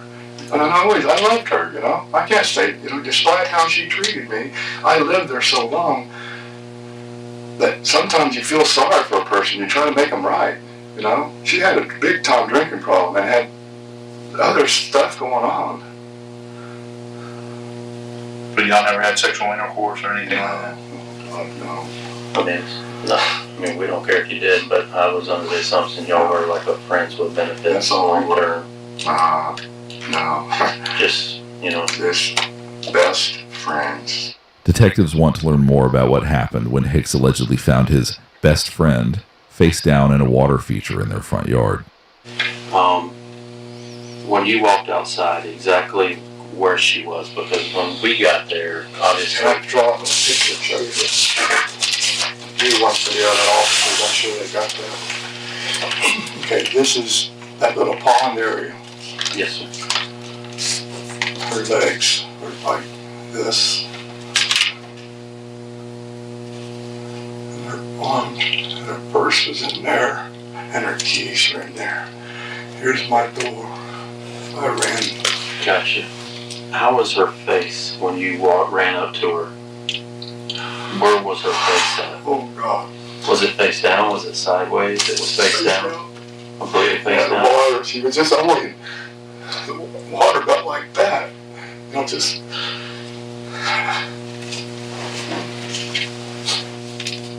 I'm sorry. This is why we're... It's absolutely horrifying. I know this is painful, but this is what I need to discuss with you. Can you describe to me how you went about pulling her out? I grabbed a bag of her shirt, I turned her over, got her on her side, and kind of moved her ribs a little bit, and water started coming out. And I looked at her face. Her lips were blue. So I turned her over, held her note, started doing some CPR. I saw some people cross the street. I just screamed, "Help me." He started doing compressions. I started until the ambulance got there, probably 15 minutes. Enough. So So then they work on her for a long time. They tell me nothing could be done. Okay. Where were you at in reference to your drawing? If this is your front door, to where you and the neighbor was doing the So I see this neighbor. Okay, here's. You probably saw the street was right there. It looked like they were doing landscaping, but it was right over there in this house. It was a pickup. His wife was in the car, and he was standing outside here when I looked up and I pulled her out. But where were you doing CPR? I was right here giving CPR right there. Hicks' drawing serves as a clear depiction of his version of events. Soon, it becomes clear that everything Hicks has provided detectives, the hand-drawn map of what took place that afternoon, and the 2 notes, actually conflicts with evidence found at the scene. So you emptied that trash out? Yes. And that's where you found them? Yes. In the bottom of that trash? Yes. Okay. Did you understand that before? Because I thought he was talking about in the bottom of the driver's seat box. Because you said box. No. Like I just said, my whole house is totally trash, but I still have to empty my trash, clean my bathrooms, and do all that other. So when I pulled that blue trash can out, I emptied all those dryer sheets into my kitchen, and I saw that one first. So I was like, I don't remember. Oh, no, that was before I moved there, and then that was wadded up underneath. But that's a long time ago, 7 years ago. This was a long time ago. That's what Absolutely. I'm saying. We don't have a clue when that one was. No, this was a long time ago. Exactly. But she got a notebook right by, like I said, she writes stuff down all the Where's time. that notebook at right now? I have no idea. I really don't. I'm sure they got it. But the reason that notebook was in, I think, her room whenever the officers went in and did a whole sweep of everything. So she's had that same notebook for 7 years? Probably. She's got, man, you have no idea. Well, the reason why I ask is, to me, this appears to be from the same, like this is writ, obviously, but appeared to be from the same notepad, right? She's got a ton of So notepads. this one was 7 years ago. Yes. And then... I don't know when that one was. But we need to know. I'm sorry? We need to know when. Absolutely. So the notepad, where did it normally sit? In her bedroom? Or It's normally out back. It's in her bedroom. She just wrote down stuff. Like a little diary sometimes, you know? is there any chance that you found this any place other than the trash can? No, sir. And you're trying to protect anything, privacy or anything like that? Well, you understand why I would ask that, right? Absolutely. What do you think happened? After all that, I think that maybe she was embarrassed about her family, because her family means everything to her. I mean everything. And I don't know what the verdict was, so that might have had something to do with it. She got put in jail, she had a $1,000 fine, I don't know. But I think she went to that, possibly went to that pond and just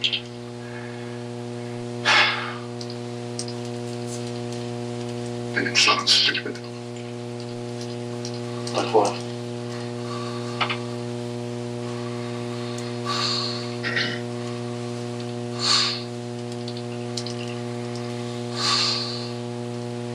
You think she tried to drown herself? I mean, you saying that you think she drowned herself? I don't know what she did. I hate to think of that. After seeing, you know, everything and the way she's been the last few weeks. Well, you know her better than any of us. I know. So that's what I'm saying. I try to help her in every way, shape, or form. I'm trying to tell you all that. And sometimes you just can't help somebody that's already reached to a point that I don't know. I tried to help her every way I could. Every way. But you specifically said that she may have knelt down by that pond and did something stupid. Well, that picture kind of shows by something stupid. What do you think she would have done?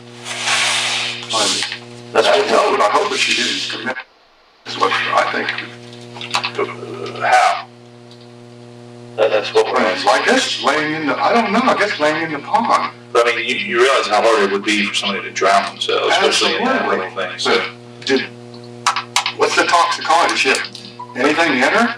Based on the torn pieces of paper Hicks brought in and his statement that Terry Jo Williams has been struggling emotionally on top of her drinking problem, it seems that he wants police to believe her death was self-inflicted. The way I've heard her talk, I just hope she didn't commit. How? Has she mentioned how she planned on doing it? Well, just doing what she did. If she did commit, based on how you found her, how do you think that she did it? I honestly don't know how she did it. I just know I found her like that. She could have been kneeling at that pond. I just came out and found her. I don't know how it got to that point. I was hoping somebody in the neighborhood had some of the doorbell stuff going on, so they could film and see what happened. Hicks's wish that a neighbor's security camera captured what happened ends up being granted.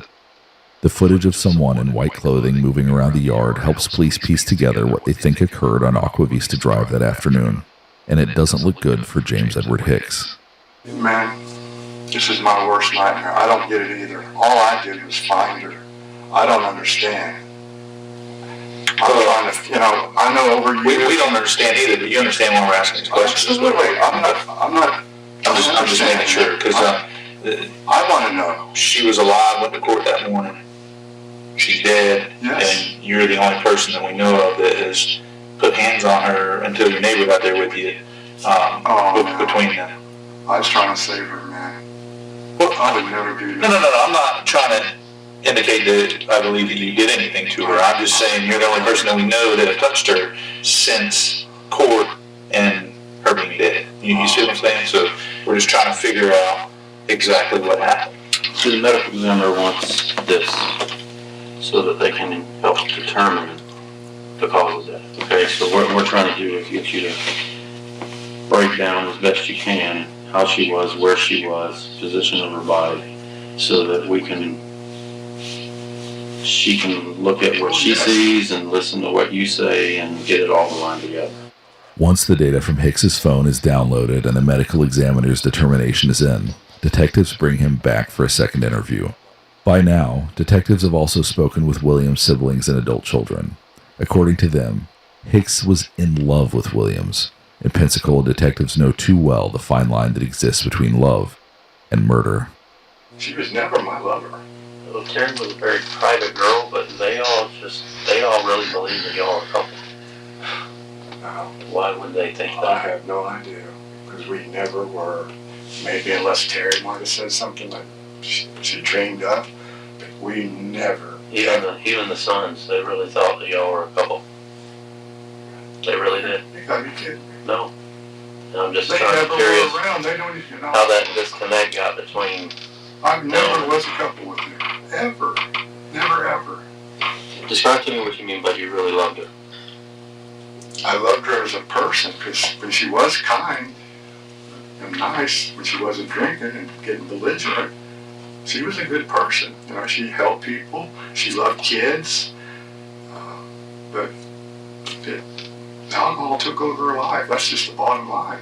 Alcohol literally took over her life. So your thought is for sure that she went down there herself and that it's not some natural After thing? thinking, there's no other, what else? I don't ever know any way it could happen.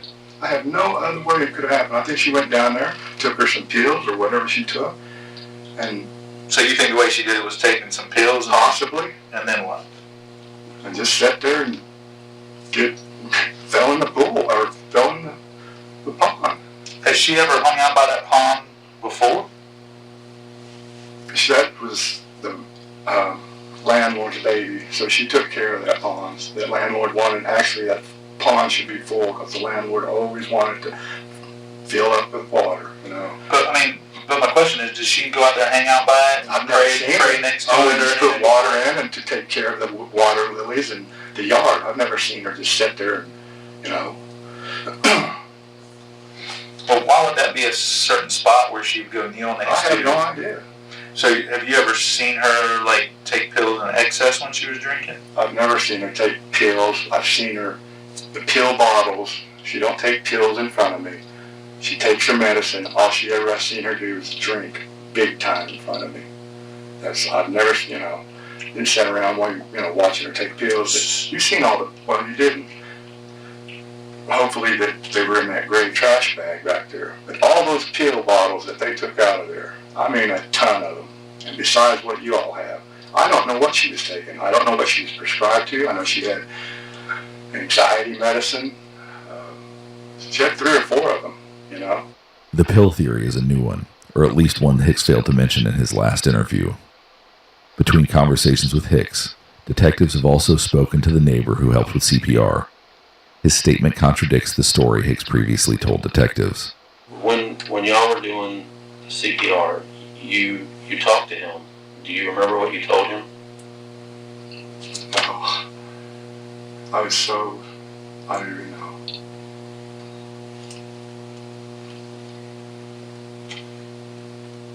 I might ask you why this, why? I was just...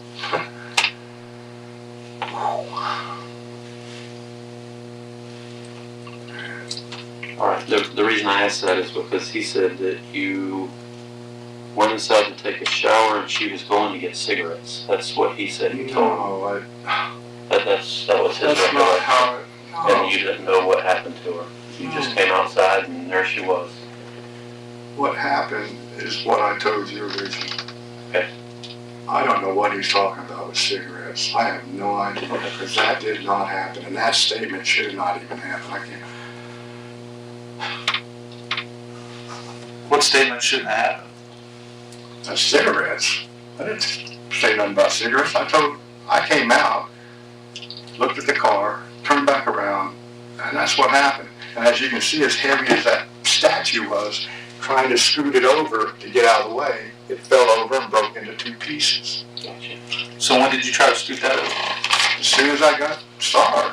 I mean, it was right in the way. I mean, I couldn't pull her out unless that statue got out of the way. So I scooted it out of the way and pulled her out, put her on her side. Gotcha.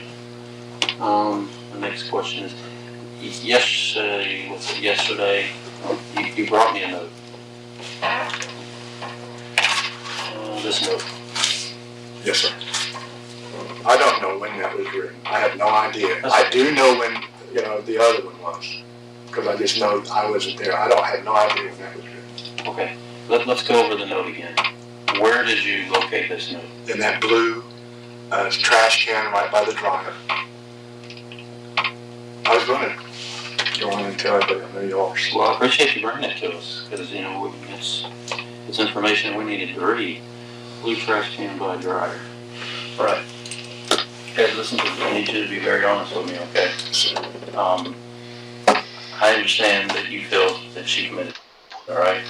But this wasn't in the blue trash can in the dryer. So I want you to be honest with me. And that was by the dryer. There's no doubt in my mind. I don't want you to don't try to change my word or anything. That was with the other note. At the dryer sheets, and they had some bills on the bottom. Listen, he's not changing his words.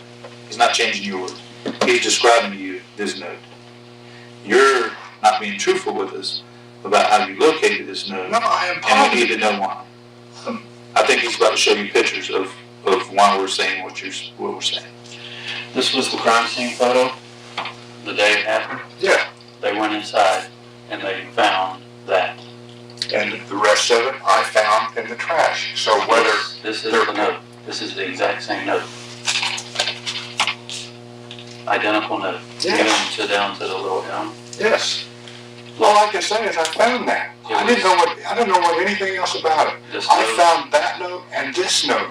That's all I found. Let's back up.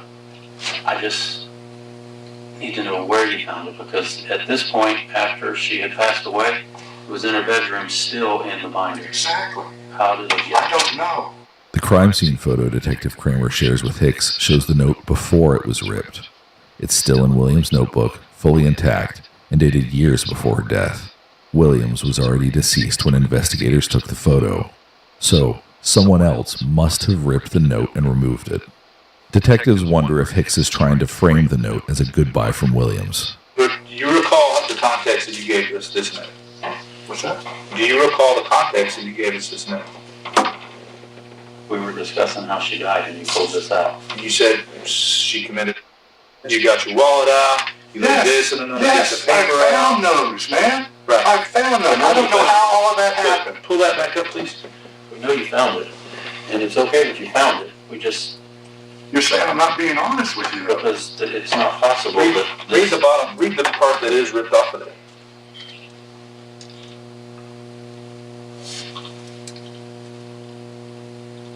Oh, wow. What does it say? It says, okay, maybe it doesn't help. Jason died yesterday. So she's going through this. Maybe I should kill myself. Blah blah blah. And then Jason died.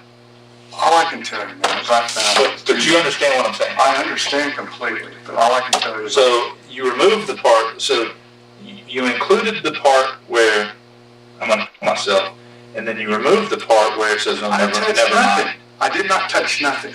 I found those in the trash. I am telling you the honest to God's truth. Well, I didn't explain how that happened. I have no idea. Her family was in there cleaning stuff out. There was a lot of stuff in there. I don't know what happened with anything. So the way that we should go with this investigation is that the family pulled this note out. I don't know. Ripped the part of Jason out. I have no idea. Went to the blue trash can in the laundry room, removed all of the garbage out of it, put this and that other note at the bottom, and then put the stuff back in. No. But that's what you're saying. No. If you didn't rip this note out and do this. I don't know what happened. I'm just saying that's how I found those notes. Despite the clear evidence detectives present to Hicks, he continues to claim that Williams had thoughts of taking her own life. Did she tell you that she wanted to die? A few times. Did she ask you to help her? Oh my God, no. And I would not even think about that. That's sick. Something happened. Absolutely. And all I can tell you is I found her, man. I think something happened that day, and whether it was accidental or whether it was intentional. Oh no. I think you know what happened, and no. We just want you to tell us why it happened. I don't know. You can justify it, that's great, but we got to understand why this happened. I understand that. I don't. All I did. She's an angry person. She's a violent person. And if you oh my God, listen, her son catapulted his life. I would never. Listen, you may not have had a choice. Oh no, I'm not that person, man. You're not the person that'll defend yourself? And then accidents happen? No, there's no accident like that. Oh my God. That's murder, man. Not if you're defending yourself. Hicks refuses to take responsibility for any part of Williams' death, so detectives share with him another impossibility. According to the medical examiner's findings, there's no way Williams could have drowned. Here's where we're at. She was killed and somebody killed her. No. She didn't drown. She didn't drown. There's no water in her lungs. There's no water in her sinuses. She didn't drown. She didn't drown. What's the toxicology report read? There's no toxicology. You don't do that? Yes. What? The findings were that she there's no way. I did not do that. I found her. But you guys are trying to make...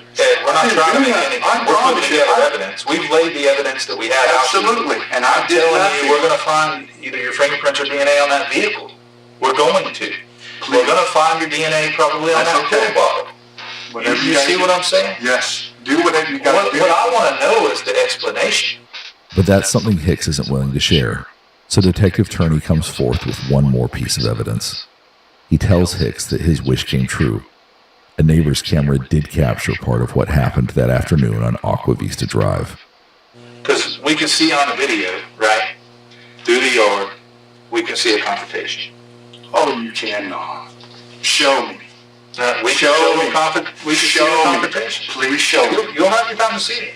I want to see it. But we can see a confrontation. I want to see it. Do you understand what I'm That didn't telling happen. No, that did not happen. So I want to see it. Hicks would likely get to see the footage, but not in the interrogation room. He'd be in front of many more people, including Williams' family, a team of prosecutors, and a judge.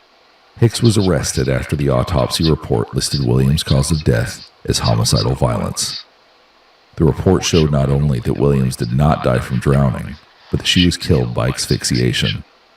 Williams also suffered from bruising on her neck, injuries on her arms, and 4 broken ribs. After his arrest, Hicks was booked at the Escambia County Jail where he awaited trial. The trial finally took place in May of 2024. The defense asked a medical examiner from another county, Dr. Craig Malik, to testify about his own conclusion as to Williams' cause of death. The jury learned that Williams' blood alcohol content was over twice the legal limit. According to Hicks's defense team, she also had cannabis and amphetamine in her system. The jury wasn't swayed. Prosecution was able to prove that Williams was strangled to death, her body left in a water feature outside of her home. In a conversation with Law and Crime, Detective Kramer describes the case as largely circumstantial. He says this case had no DNA, no confession, and no actual video of Hicks killing her for a slam dunk. Instead, it was a bunch of little things that added up to Hicks' arrest and later his conviction. The video from a neighbor's security camera played a key role in Hicks' conviction. Although the camera didn't capture clear footage of the actual murder, Detective Kramer explains that it did show something the jury agreed was most likely the murder. Another of those little things that helped convict Hicks was a 911 call Detective Kramer said Williams made to the Pensacola Police Department just a week before her death. In this interrogation, Hicks paints Williams as disturbed and violent, but evidence shows she was trying to separate herself from Hicks. James Edward Hicks was convicted of the second-degree murder of his roommate Terry Jo Williams. The 63-year-old was booked in the Northwest Florida Reception Center Annex on August 14, 2024, where he'll live out the rest of his natural life.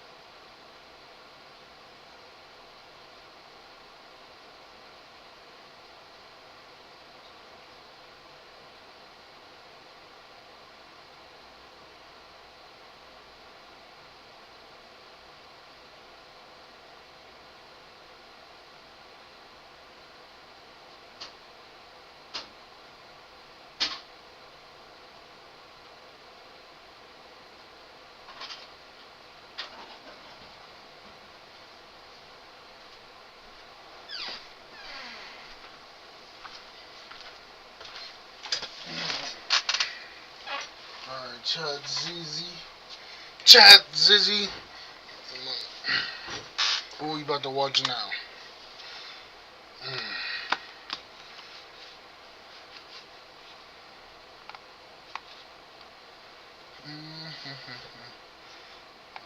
I'm not going to sit here and say I killed my husband. Just because I might be off 5 or 10 minutes or whatever. I did not. Our story begins in Centerville, Iowa, a historic town with a rich coal mining heritage. On the morning of May 5th, 2018, the Appanoose County Sheriff's Office Communications Center received a concerning 911 call. Hey, this is Roger. There's a house fire at 828 South Park. 828 South Park, okay. Yeah. So you can see the flames?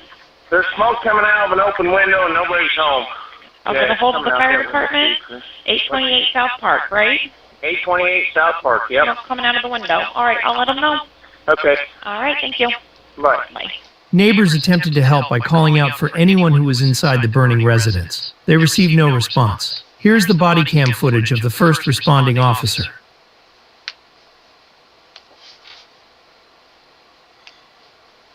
Where's the audio?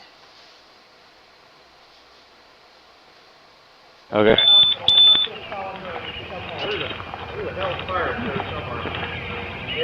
Centerville 111.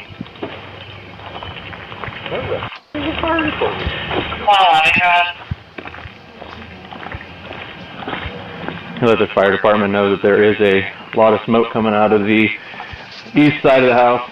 Do you know if anybody's home? Or they all left? Okay. Centerville. Also, the neighbors say that everybody has been out of the house.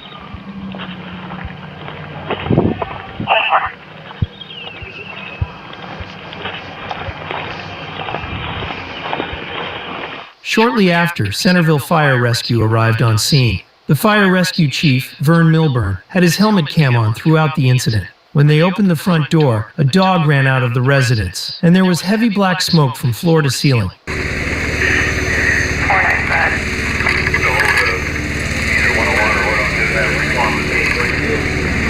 You ready? Yeah.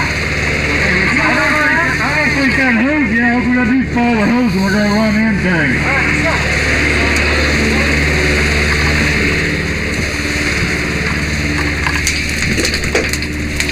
There's the fire, we're going to get that.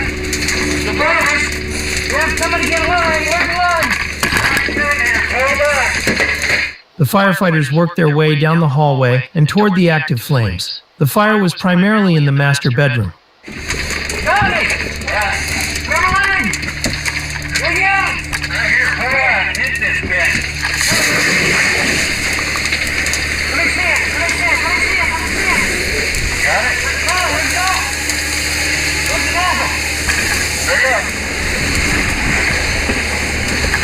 As the visibility increased, the firefighters made a gruesome discovery. On the bed, they found the charred remains of a middle-aged man.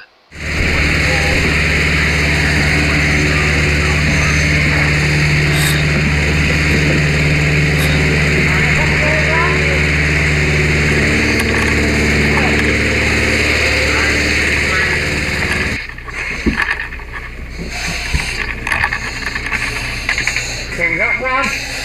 We do a search, see if there's anybody else.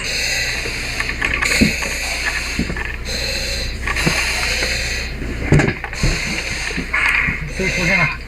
We need to take them out so we can fight the fire. I must lost it in there. Okay, we'll see if I can figure out what to do. That's just you and somebody to block the view, guys. Alright, we're ready to bring them out when the view off. I can get a bunch of guys up here and hurry up and get them on that car. Alright.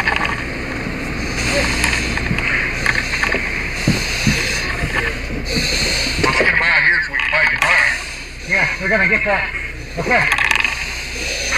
This door's gonna be a pain in the ass. Yeah, we're probably gonna have to bring him. We got to bring him in now and go up that way. What I think too. Hey! Somebody else. Ready? 1, 2, 3.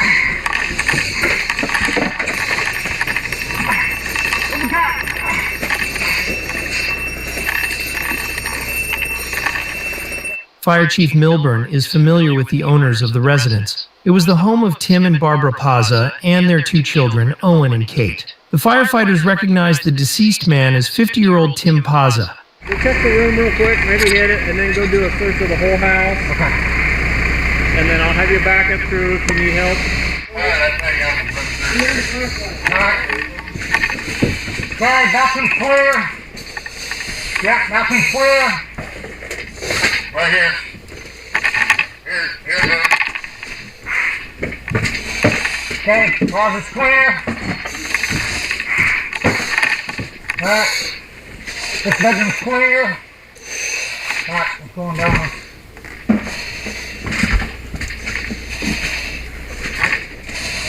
Yep, that's clear. Take it outside, put it right out there.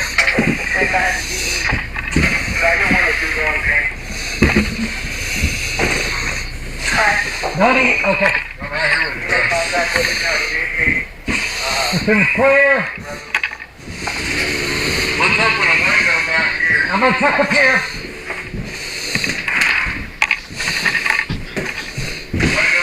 Okay, this is clear.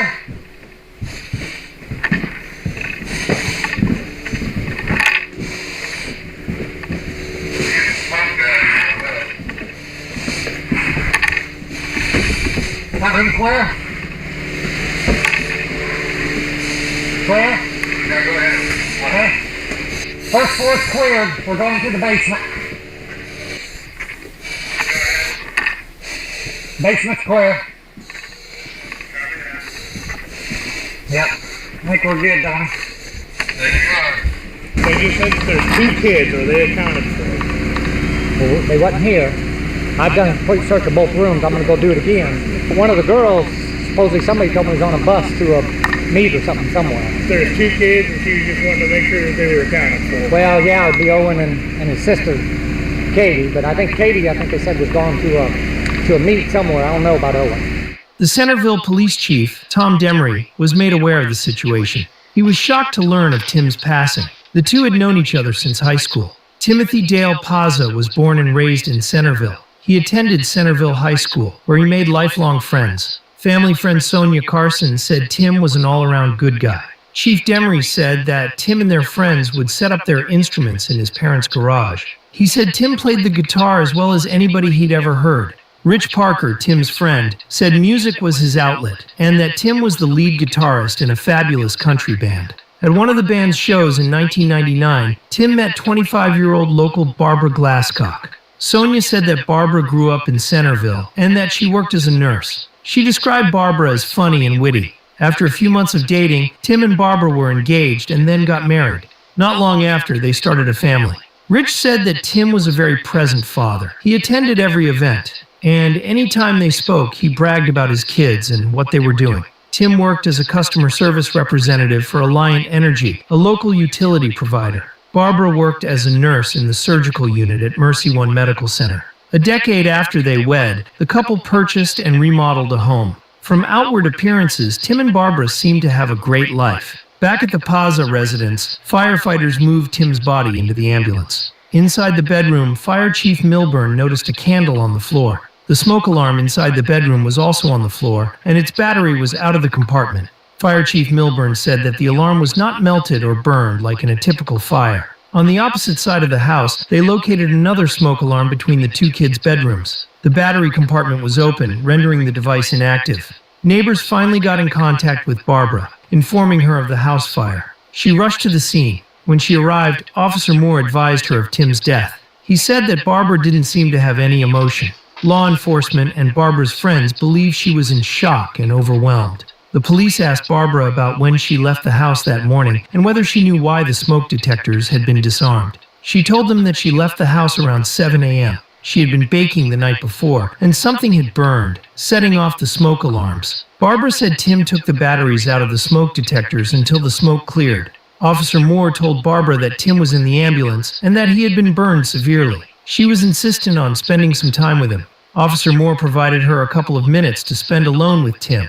Sonia said that when she emerged from the ambulance, she was stoic. Sonia thought that when Barbara did have an emotional breakdown, it was going to be bad. Officer Moore told Barbara that an autopsy would be conducted. He said that she became upset and believed she should have a say in that decision. The officer thought that Barbara's reaction was unusual, but he felt she was probably overwhelmed by the situation. Police and fire personnel were concerned that Tim appeared not to attempt to move away from the flames. A fire marshal said that in his opinion, the candle wasn't the source of the fire. He said the fire burned rapidly on top of the bed and more intensely on the side where Tim was sleeping, which was the opposite side of where the candle was located. A few days after the incident, Barbara came in for an interview. Hi, Barb. Her dog. If you could sit put that on, sit that close to me. Oh, it's not pretty good. Better than mine, anyway. You remember me then from yesterday? All right, so my name's Don Secure with the DCI. Thanks for coming down. I know you got a lot going on, and thanks actually for calling and saying you come early so we can get down here earlier. That's fine. There's officers that walk by. It's okay if I shut this? Okay, it's not locked. If you want those. Get that up there. How's things going with the kids and everything today? We went and filed for the SSI benefit, so that kind of, Owen's trying to be the man of the house, so he's worried about finances and all that stuff, but for me today, it's probably the worst day. Yeah, just with everything coming down? I'm nervous about what, figuring out what happened and what's going on, and I don't know. Yesterday, talking about the arrangements and stuff, and we're supposed to get a call from, he's supposed to have his autopsy maybe today. Okay. So I've been anxious about that call, and I can be cool and collective and nothing bothers me, but this has really got me stressed. Just, this processing having answers. And right. So sometimes in cases like this, police departments ask the fire marshals and then the DCI to come in and kind of help out, try to figure out what's going on. You know, these are sudden, everybody wants an answer. You're going to want answers, kind of what we find. Owen and Kate are going to want answers on what happened with Tim. So we come in with the benefit of we don't know anybody, so we can ask questions and talk to people, and we just don't know any history or anything about them. But it's also sometimes a detriment because I don't know you, and I got to get a little bit of background on you, and I know that's not the easiest to talk when somebody passes away, but I think it's important for me to get kind of an understanding of the house and kind of the situation in the last weeks and the morning when you left, that kind of stuff. So I'd like to kind of talk about that if you're up to it and kind of go through that. try to do what I can. Okay, so tell me, I guess, about you and Tim. Have you guys been married very long? 18 years, well, we've been 18 years in October. Okay. And you work, right? Yeah. Where do you work at? I work at Mercy Medical Center, nurse. What do you do there? Right now I'm a circulator in the OR. Sounds fancy. What is that? Basically I do the charting, and if they need instruments, they get the instruments and bring the patient back, get them ready. How long have you been out there? Is that here in Centerville? Mm-hmm. It'll be 5 years in July. I did about 12 years of hospice. Okay. That's tough. I found it rewarding. Yeah. I've been diabetic since I was 16, so I need more structure. As much as I love the 3 12-hour days, you're not as productive as you think you could be on those days, and just, I don't know. Yeah, I think I saw you must take insulin for that then. Yeah. Got 2 healthy kids. And and that's, I'm right, if that's Owen and Kate. And how old are they then? Owen is 16, and Kate will be 15 in June. Okay. And biological kid, is he in 10 then? He played in a band. And I saw the guitars. Yeah. Quite the collection. Yeah, played in a band, and my niece actually, we were joking this weekend, hit on him, but she was currently in a relationship, and he was just like, no. And so he chased me for a while, and I was chasing somebody else, and was kind of mean to him. So he should have gotten used to it. Right. And eventually, we're on a couple dates, and he was kind of a mommy's boy, and he was 30-something when we got together, so lived right next door to his parents, and the only band, at that time, bands played every weekend. Right. 2 nights a week, so he made decent money to live on, but not to support family, but so he tended to his mom through the week and played in the bands. And Owen was supposed to be our only child because it was so high risk. I had to plan him for about a year, but Kate, she was a little accident. Yeah. Tim worked, did he? He was recently in Alliant, customer service. So when you called in, he's the one that you yelled at about why your bill was so much, or so it was stressful on him. But obviously, he had good practice because he lived with me and Kate. So Yeah. but I don't think it was that bad. He'd tell me some stories, phone calls. And, How was things going for him at work and at home? well, he was really stressed at work. At home, we've been married 18 years. Just kind of getting different. We had different interests, and I had been doing different stuff, and he was playing with the band again, and we were just kind of in a lull, just kind of hovering. Right. Yeah, I just had my 16th anniversary, so I kind of know that you kind of know those ups and downs. Yeah. And maybe were you guys just like still together, or were you guys thinking about going separate ways, or? I get.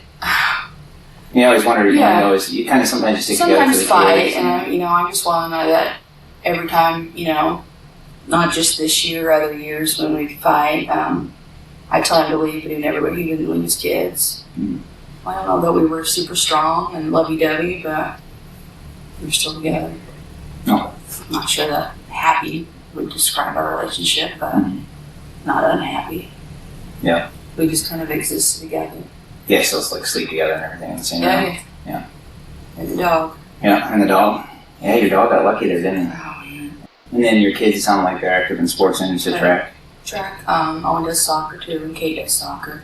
It's America, and it's a tough year for everybody. But I mean, how are you guys sitting that way? Well, we probably live paycheck to paycheck. We got behind on our mortgage and had to refinance, and some creditors, but he stressed that stuff. Were you guys able to find common ground at least to get that handled? He handled the bills for a while, and then he got tired of it and kind of half-ass handed them back to me, but then he'd pay certain ones. And there's passwords now that I don't know because those are the ones he did. And Right. I just kind of live a little too freely and have a little online shopping. Yeah, don't we all kind of have those things where... Yeah, as much as we fought, or I had it, issues or problems, he was usually supportive. I mean, he always said he loved me. Even a couple years ago when he thought I was doing bad things, I denied I didn't do anything. He said Do you think he you were did. stepping out maybe or something like that? Part of the soccer stuff, but I did. Yeah, just like some of the parents spending a lot of time with them. And coach. Coach, yeah. Just because he's a new person and he was, friendly relationship and nothing ever happened. But he kind of accused me, and he said even if it did happen, he loved me and he'd forgive me. So if you guys argued, it's more just verbal arguments? Yeah. And never physical? No. Were they close with them or not? yes, very close. Both kids? Especially. Okay. He has his dad's passion for music. Kind of self-taught himself to play guitar. Right. Shared the same basic taste of music. And so, yeah, he's probably closer than Kate. Kate's his second me. A lot of times I don't have to say what I'm thinking because it's already came out of her mouth. She'd argue with her dad or be impatient with her dad, but and the next day it'd be, it'd all be back to normal and, teenage stuff. Right. Like I said, kind of our goal is, we bring the expertise down to kind of look at the scene and help everybody and figure out kind of what happened with the fire and kind of how things are going. I guess can you kind of talk about this weekend, I guess, Friday? Is that normal for Owen and his dad to go for walks in? Yeah, more than the rest of us. Was that late or after dinner? No, it was before dinner because nobody could decide what we were going to order from. So finally, Owen sent me a text to order Georgia mix. So they went for the walk, they come back and had dinner. Do you guys eat like as a family then, or is it kind of grab and go? Just kind of wherever. I usually watch TV in the living room. We all like different things, and sometimes he sat in the bedroom and watched the ball game. I don't know really what he did that night. The last time I talked to him before I went to bed, he was out in our sunroom, strumming on one of his guitars. He liked to stay up late and listen. He had different shows. He loved to watch his music in concerts and would tape them. You can find him on Netflix or Sling, some of the documentaries or, a live concert. He was all about his music. I hated his music. What kind of music is that? Rush, Jeff Beck. What music is that? Live concert. He was all about his music. I hated his music. What kind of music is that? Rush, Jeff Beck, kind of. Mm-hmm. A lot of times we ate supper at the table, but it was a Friday night, and goes in his room, plays Xbox. Kay goes in her room and watches. She's got a TV on the wall, but most of the time she watches whatever she wants on her phone. Tim and I didn't really agree on shows either, so it was normal that we were different rooms doing different things. Okay. Are the kids aware that you guys are kind of going apart? Yeah, because with the last one of the fights a couple weeks ago, they finally said, "Do you think you guys would be happier apart?" But I mean, then the next 2 weeks have been okay, So You think your last major argument was a couple weeks before? Probably. Yeah. Probably over finances. I don't know. That kind of always stressed us out. Right. Is that what you kept saying it made you stressed? Is it from work, or was it mainly the finances? Probably a combination of both. My mom actually told me how stressed he was at work. And then what time do you think everybody went to bed? I was probably 11:30, 12. See, at 11:30, and you said Tim was still awake. Yeah. And then both kids were home by then. Yeah, they probably went to bed about 10 or actually I woke them up about 5:30. Did they know you were going to go to the game, or did you have to drive them, or how's that work? No, they drive themselves to the bus and the bus took them. Okay. So do you remember Tim coming to bed at all? No. But I had a sugar low about 2:30, 3 o'clock. And he was in bed then. And at 5:30 when you got up, does he wake up with your alarm? No. Do you guys talk at all? No. Do you have plans of getting up and going with you or anything? Well, usually he sets his own alarm or we'll get up if he's going to go, and, I know it made plenty of noise. I had a light on and I waited for the kids to get all their stuff done, and I cooked them some eggs and we had some cinnamon rolls. So I made him some breakfast because I knew it would be a long day, and went in and took a shower once they left. And when I got out of the shower, I said, "Are you going with me?" And he said he didn't feel good. And he rolled over and went back to sleep. So. What time do you think that was? Probably 6:30, 7:15. Did that kind of piss you off that he didn't go, or is it? No, like I said, he wasn't one that was up to go all the time. So we always kind of felt like if they had at least one parent there, we never, even if they did travel basketball and different things, we always felt like if they got hurt, one of us should be there. I don't know if it was having the windows open, but all of a sudden just the dog smell was just, I don't know, it was gaggy. Okay. So that's why I lit the candle. Okay. Do you remember, tell me about that, I guess, then? I had it in the bathroom with me. He just said he was nauseated and, smells really bother me. So when I left, I set it on his nightstand to kind of get rid of that because she had been sleeping there on the pile of dirty clothes beside his bed. So what time do you think you left? We left for 7. My goal was to be out before 7 because I knew it was about 2 hours. Mm-hmm. I knew I had to stop to get some gas. I never make it all the way. Did you talk to anybody on the phone? Did you meet up with any other moms, anything like that? But I went and got some cash from Farmers Bank and... Just to the ATM then? Yeah. Were you able to get cash? Yeah. So when you were heading out of town, I guess when you left, did you see any smoke or putting the candle in his room and kind of checking on him and him saying he's not there? Left. Like the last thing you did before you left, right? Yeah. And then you went out. Then you went and got cash. So tell me about your drive-in. Did you catch up your bus? Did you see anybody? No. How far did you get? You said you didn't notice any phone calls? Well, I was north of Horton, and I finally got a ding. Was that somebody telling you that there was an issue at your house, or? My first one was Kate. She had screenshotted a Facebook thing from Shelby that her house was on fire. Okay. What did you do next then after you saw that? Well, I pulled over and tried to make some phone calls. I think I tried to talk to her, and our phone got cut off. Kind of a blur. because I didn't know, should I go get my kids?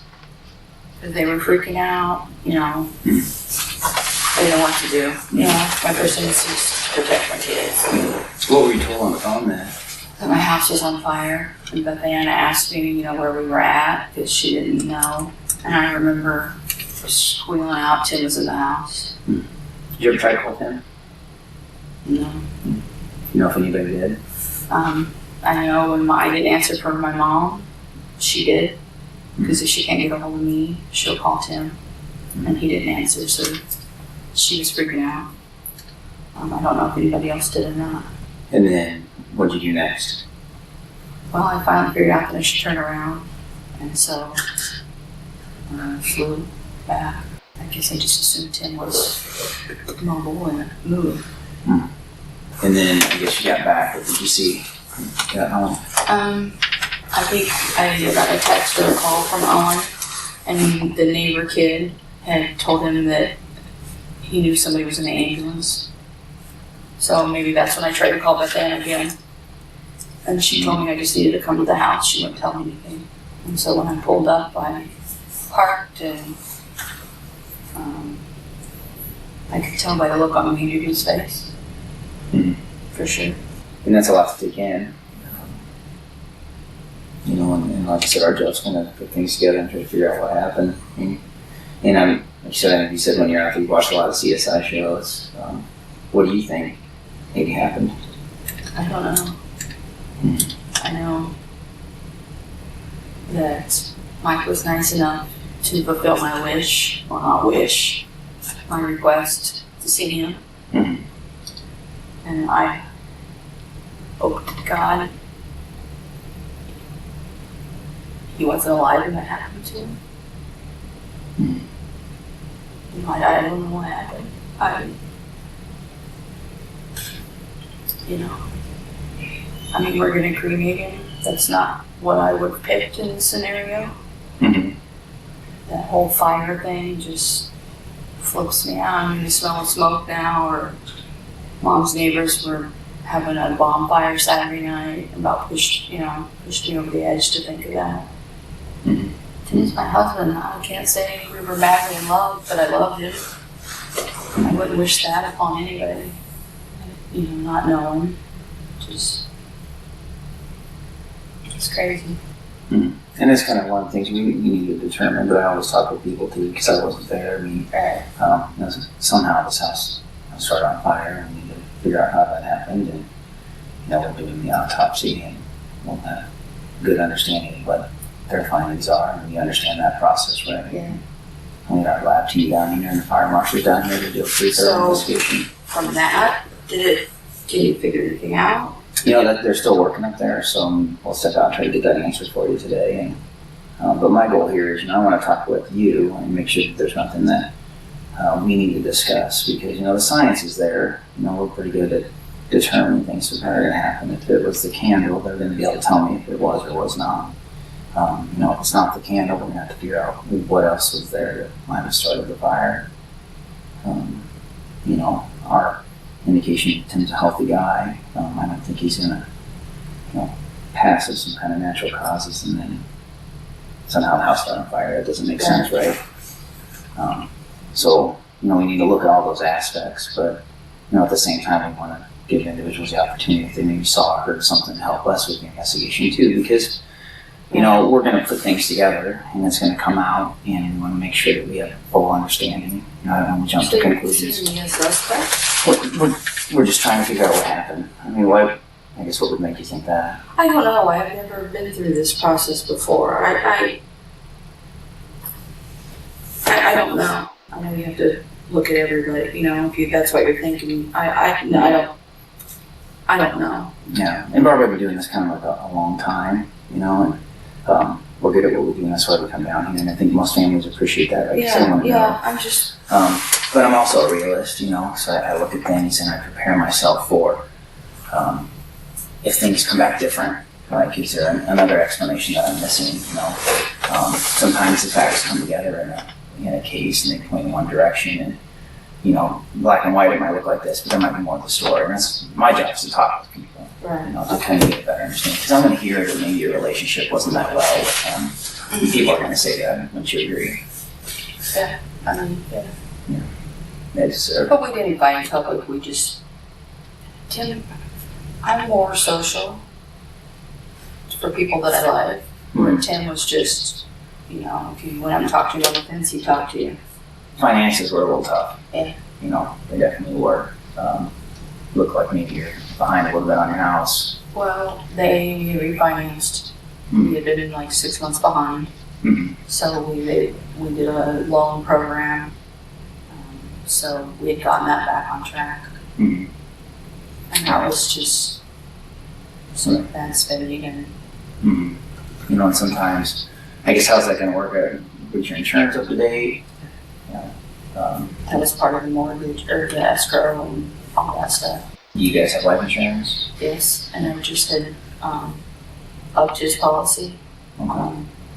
Mine, I'm kind of aware with my diabetes. I think there's 100,000 on me, plus I have 2 years of my salary. And I think at Alliant, his was just a year and a half. And so with their increments, we looked at going up more, but they'll only allow you to go up 25,000.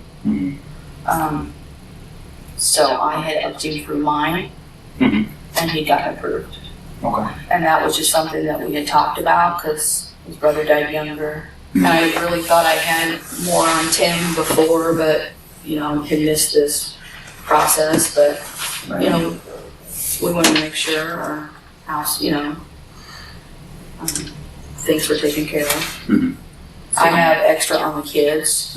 I think I have 25,000 apiece on the kids just to cover if something had happened. What were you able to get on Mark then? Or on Tim, excuse me.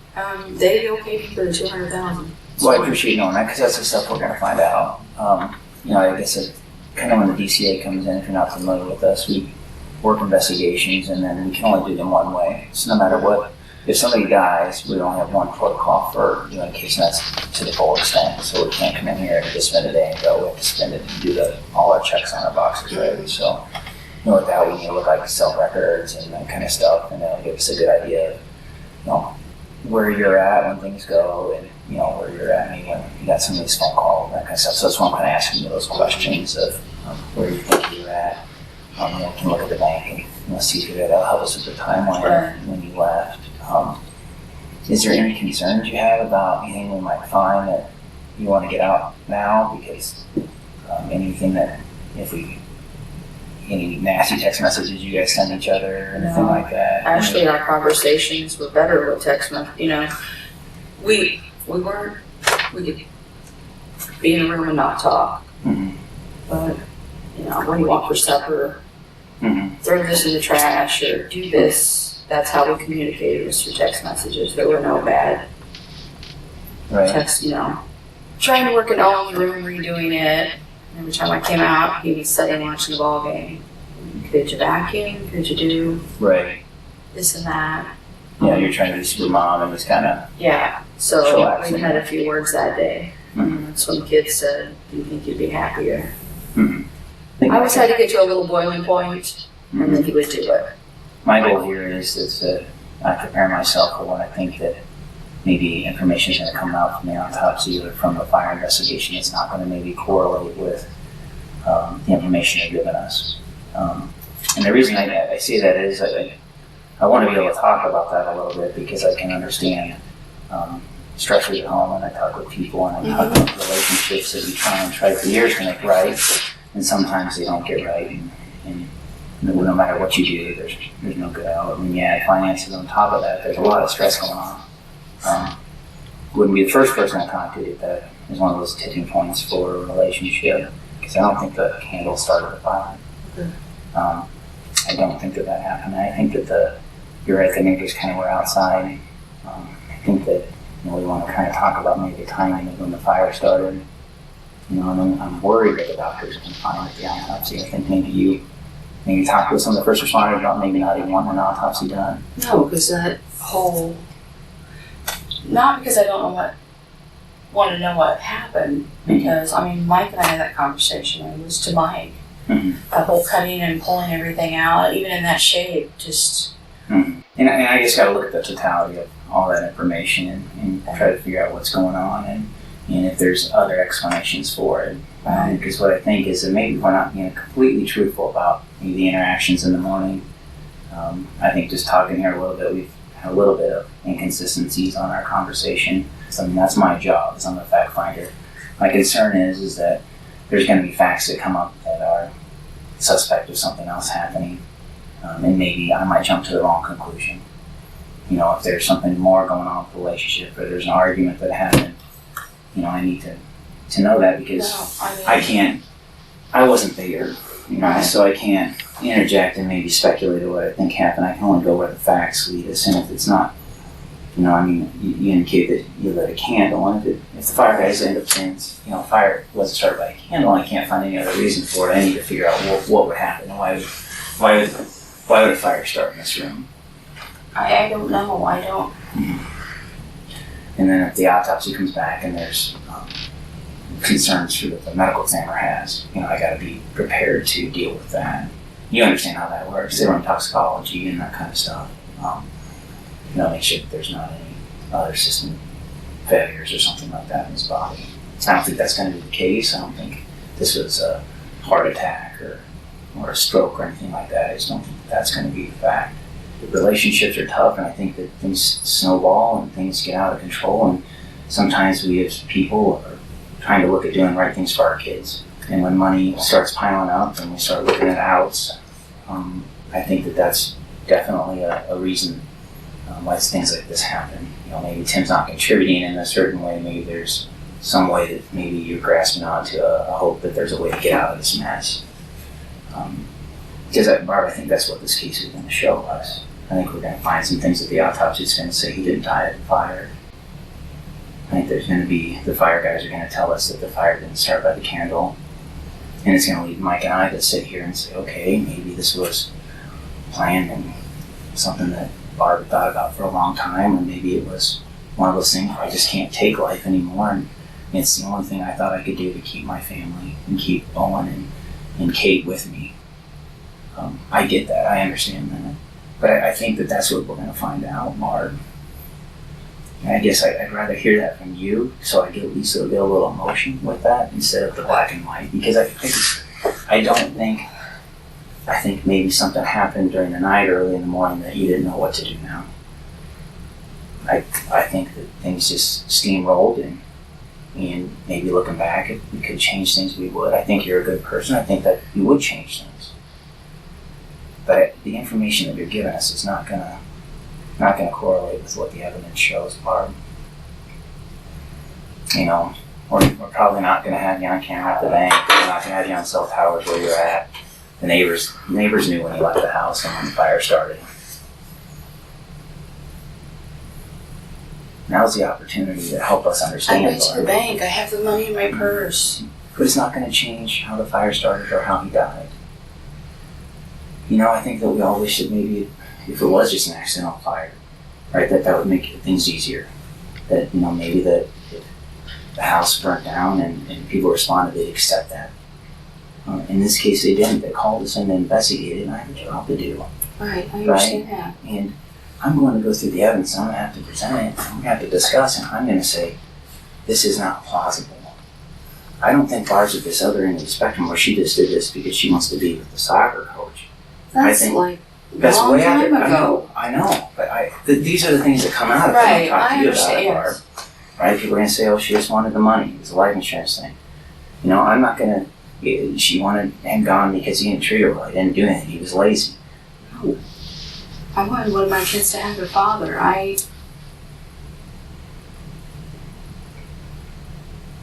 What do you think is going to happen when the medical examiner calls me up? Because I don't even need to wait for his call today to know that he's going to tell me there's some concerns here with his body.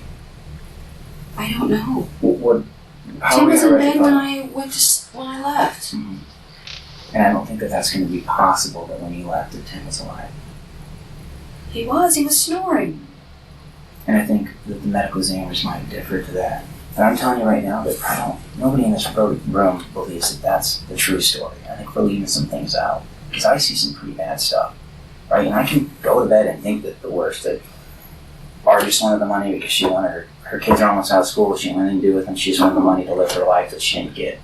Right? Those are the things that come out. When I look at you, I see a mom that's worked her butt off all the years trying to put a good house before her kids. I see the bills coming up. I see Tim saying that he wants a divorce and he's going to leave you. Maybe the kid's wanting to go with him, and you're losing everything that you worked so hard for. And your life come crumbling down. And I think you're looking for an out. And I think that's what it was, Barb. I think it was an out, and I think we'll find out what happened to Tim medically. And I think we'll find out that the fire was set afterwards to cover that up. Tim might have been quiet towards you, but he wasn't quiet to other people about his relationship problems. He talked about the issues you guys had going on. And I put it with the facts that I see at the scene and the facts that I see at the autopsy. I'm going to have to add all that up and see what it looks like. It's heavily weighted that you're at fault here. We all know that. I just don't want to get the wrong assumption. I want to get the true story out there, that this wasn't because you were angry at Tim. This wasn't because you were upset. I want to hear that this was done for the reason that you think they were. And I think I know. I think it's for your children. I think you really felt this was the best thing to be able to get them money that you need to survive, keep the house, keep the kids. You guys were going to get separated anyhow, Barb. You know that was coming. We had lived in this kind of relationship probably for the last 5 years. Mm-hmm. Just existing. Mm-hmm. And that's not a good place. No, it's not. Did you want a divorce and couldn't afford to get divorced? Is that a problem? That was a conversation I'm sure you had. Right, and I had that conversation with my 2 close friends. You know, financially we couldn't separate. Financially, you know, what would we do with the house? I could afford bills, but I couldn't afford to the kids to have their home, yeah. Mm-hmm. But, I mean, we just existed that way, and that's the way we were. Mm-hmm. And without Tim's money coming in, you wouldn't be able to exist by yourself, right? Right. But like I said, every time that we had gotten to that point, you know, I'm like, why don't you just leave? Mm-hmm. He wouldn't leave. He wouldn't leave his kids. Mm-hmm. In fact, he wanted to keep his kids. Right. Yeah, and maybe he was even trying to get Owen on his side. And I told Owen that day that when he said, Mom, why don't you two just, would you be happier separated? I said, Owen, honestly, I have stayed this long because I wasn't sure you would go with me. Mm-hmm. Because he was closer to his dad. Because his dad was the easygoing one, and I'm the one who yelled to clean your room, to do But you're this. also the one that goes to all the tournaments, and you Right. get his laundry done, and you get all that. Well, Tim did laundry most days. Mm-hmm. And I get that. So at the same time, you're dealing with that struggle of I've given so much over the years for you. And now Dad, just because you want to be buddies, politicking against you, trying to separate the family. I can understand that. I can understand where things get out of control. I just don't, help me understand how it got to this point. It didn't get to this point. The evidence is going to show that. We're going to track all that back. And it's going to prove that something The happened. only thing you're going to prove is I didn't go through cord and I cut through Russell. Why wouldn't you tell me that? I told him that Saturday. But I don't know. Help me understand I that. cut through there so I could drive faster because I was running behind. I don't exactly know what time I left town. But I stopped and got $200 out of the Farmers Bank. I didn't do anything. You started the fire. No, I In the didn't. house. I set the candle there. And the candle didn't start the fire. Then I don't know. Barb, look at it from our standpoint. I know right? that. Right, the fire starts moments after you're gone. Your neighbors are over there trying to pound on the window. Tim's not responsive. Your dog still lives, but Tim doesn't. Yeah. I don't know why the dog lived. I don't know why this happened. And I think, on the inside, I think you did. I want to be able to put your story out there, Barb. I want people to understand what happened. Because the truth's going to come out, and it's going to be my evidence only. And that's what I need. I want more. I want us to leave here knowing the full truth, Barb. I don't want to have to ask these hard questions at Owen. I don't want to have to sit there with Kate, figure out what's going on that night, and ask them all the questions. I want to talk to you That night was a peaceful night. I baked my cookies and did all that shit, and he did... Nothing. No, I'm not saying he didn't do nothing. That night he went for a walk. I don't know if he took the trash out or not. Was it took a over the conversation laundry. between Owen and Tim that I don't know, they maybe went for a upset walk. things? But No, I don't know. I yelled at the kids to get their stuff ready. Mhm. So, because I know that half the time we can't find shit, and then you have to dig through stuff. And at 6, when you had to be somewhere at 6:30, I didn't want that to happen. I'm not going to sit here and say I killed my husband. Just because I might be off 5 or 10 minutes or whatever. I did not. And I think the investigation is going to show otherwise, Barb. I'm confident in that. I wouldn't sit here and tell you that if I wasn't fully confident in that. I think the doctors, we were at the autopsy. We know he has strong concerns on what happened. I have some strong concerns about the stories that you've given because they've changed. I think when it comes out that the fire started and you leave and you drive away, maybe you weren't, why those neighbors have to be outside? Because you didn't leave at 6:50, you left at 7:15. Okay, and I mean, that'll tell us too when you're down at the bank. The ATM's going to have a camera that shows what time you got your money out. The cell phone record's going to show where you're at when you get the phone calls. I think everybody's calling you and I think you're scared to answer. No, I wasn't. My phone was not working. I got text or voicemails today from Saturday because in the night I did some kind of update. Mm-hmm. Because I'm like, how did I miss 7 voicemails? And they're from like Saturday. That weren't there before. Barbara, I'm not going to argue with you on that because the cell phone companies will tell me if they're connected or not. I don't need you to tell me if they need a connect call or not. I called Verizon last night trying to get access to Tim's phone because he had all these pictures of the kids, and if the phone was broke, I wanted that. Only reason, because she told me I'd have a court order and everything else. So when they tell you that, that was the reasoning. The kids have been trying to call his voicemail to record it, and it goes to an automated system. I asked him how to get that back.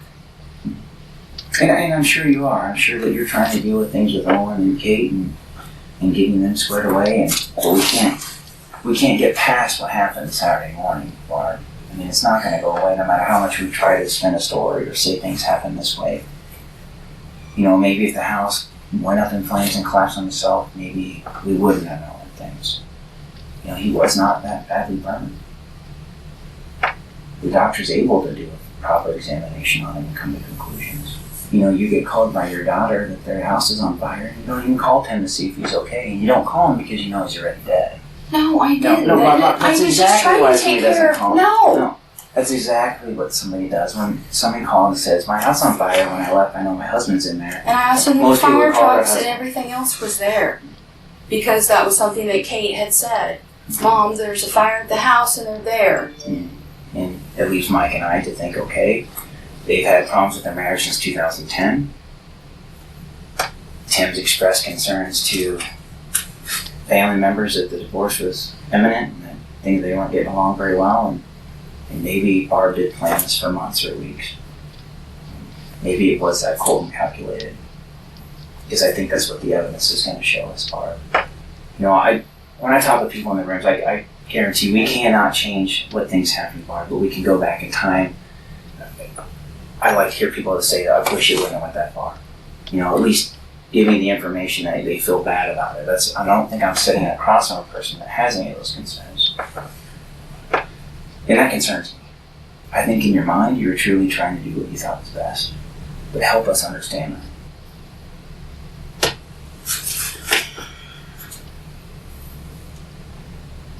I don't know what there is to understand.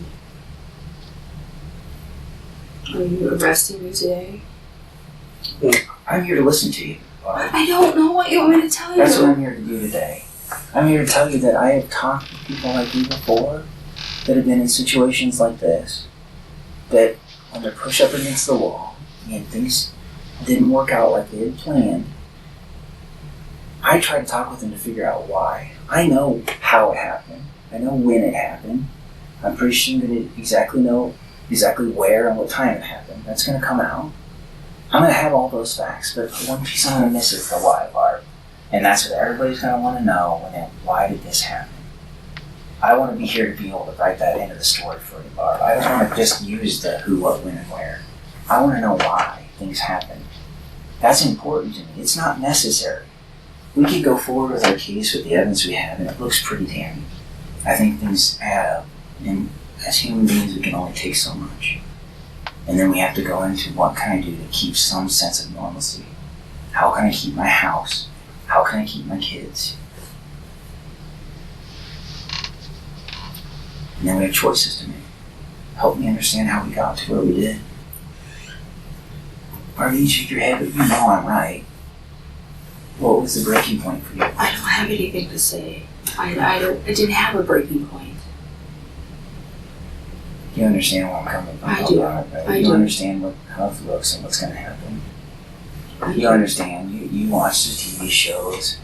You're in the medical field. You know they're going to be able to do toxicology and figure out what happened with them. That's going to come back on you. The fire didn't destroy his body. That's going to come back to you, and then it's just going to be evidence. I Help don't me. understand. So I Well, then take me through it. What led up to that decision? Because we know there's no decision. he didn't die on his own, Bart. Something happened that morning for you to decide that today is the day. I don't know if it was the timing of the school and not wanting to go with you. No. It was just the opportunity.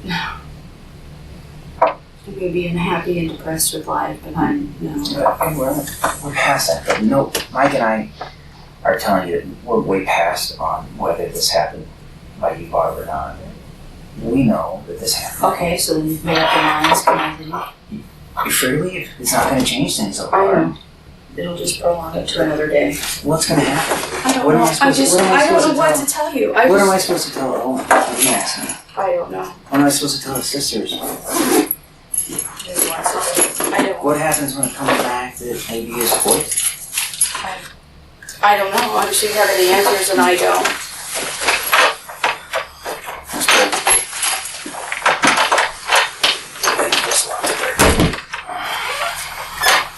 Good work. At this point, I'm going to seize your cell phone and you don't hold on to your vehicle for right now. Pending a warrant. Search warrant. So I'll need your cell phone. You have a warrant for it now? What's that? I'm seizing them right now. The warrant will be signed here. I'm going to give you. I'm not keeping your vehicle, but right now I need to. I got to get the warrant signed. Okay. But how am I supposed to get home right now? You call them or we'll be right on. Barbara left the police station. She and the kids lived with her mother as the fire was still under investigation. The results of the autopsy came in. Chief Demery said the medical examiner found no smoke inhalation in Tim's lungs, meaning he was deceased before the fire. Tim and Barbara's son, Owen, asked to speak with the police. Officer Moore met with him at the station. Owen said that the evening before the fire, he and his father had gone on a walk, and Tim had expressed to him that a divorce from his mother would be happening soon. Owen said that his parents' relationship had recently been bad, with fights occurring more often than not. He believed that his mother had something to do with Tim's death. Detectives then spoke with other family and friends of the Pazas. Sonia, a friend of Barbara, said that she and Barbara had gone out to eat one evening about 2 weeks before the fire. Sonia said they were discussing stuff going on in their life, and out of the blue, Barbara stated loudly that she was upset with Tim. She discussed a pending divorce and her concerns about who the kids would want to live with. She also mentioned their financial struggles. Hello.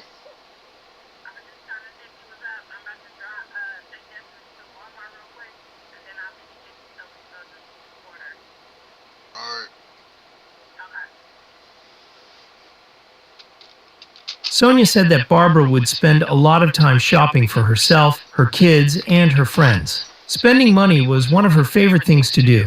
During their conversation, Barbara said that she hated Tim and that if she wanted to get rid of someone, she knew she could. Sonia brushed off the comments as a harmless rant. Tim's friend Rich said Barbara wanted people to know how much she was giving or how much she was doing. She tried to portray herself as the perfect mom and the perfect family. Police located documentation showing that the Paza home was nearing foreclosure. Credit card bills were past due, and Barbara had maxed out Tim's life insurance. She had also increased the amount on the homeowner's insurance policy. Officer Moore said that Tim was worth a lot more to her dead than alive. The day following the interview with Barbara, dispatch received a 911 call from her mother's residence advising that Barbara was having seizure-like symptoms. She was suffering from an overdose and was transported to a hospital in Des Moines. With Barbara recovering, detectives focused on finding evidence that she orchestrated her husband's death. The standard toxicology test found no foreign substances, so the medical examiner ordered a more thorough lab test. The results showed elevated levels of a drug named propofol. Propofol is a fast-acting drug that is commonly used to sedate patients undergoing surgery. In large doses, it can cause an individual to stop breathing and can lead to death. Investigators spoke with staff at the hospital where Barbara worked. They explained how propofol was administered and disposed of. Propofol is stored in single-use vials, which must be disposed of regardless of whether the entire contents were used. Barbara would have had access to trace amounts of unused propofol. In fact, she was responsible for disposing of the vials. Police recovered the ATM footage of Barbara. The video placed her in Centerville, 2 minutes from her home, at 7:25 a.m. Less than 10 minutes later, at 7:33, her neighbor made the 911 call. When Barbara was released from the hospital, officers were there to arrest her. On May 18, 2018, Barbara Passa was charged with first-degree murder and first-degree arson. On September 17, 2019, the trial began. According to the defense, the police arrested the wrong person. They implicated a fellow nurse who lived nearby as somebody who could have entered the residence and injected Tim with propofol. Police determined that the nurse had left home that morning at 5:30 a.m. and was not in the area when the incident occurred. Barbara took the stand. She showed emotion and talked about some of her past traumatic experiences and claimed that she would not have taken her children's father from them.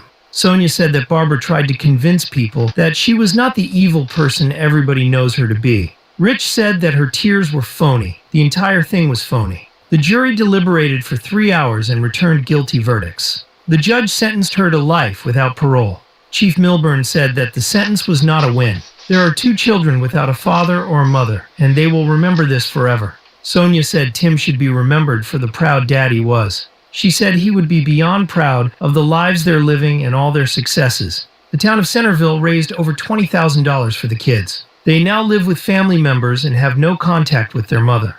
For more never-before-seen cases, click one of the videos on screen or the links in the pinned comment. Goodbye for now. And she'd be like, I did that for them, and now they ain't talking to me.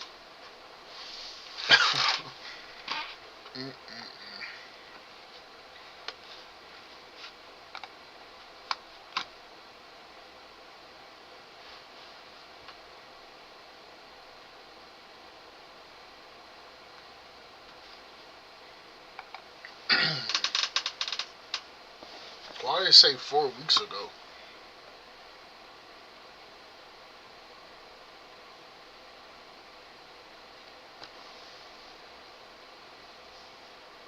I'm about to get off though.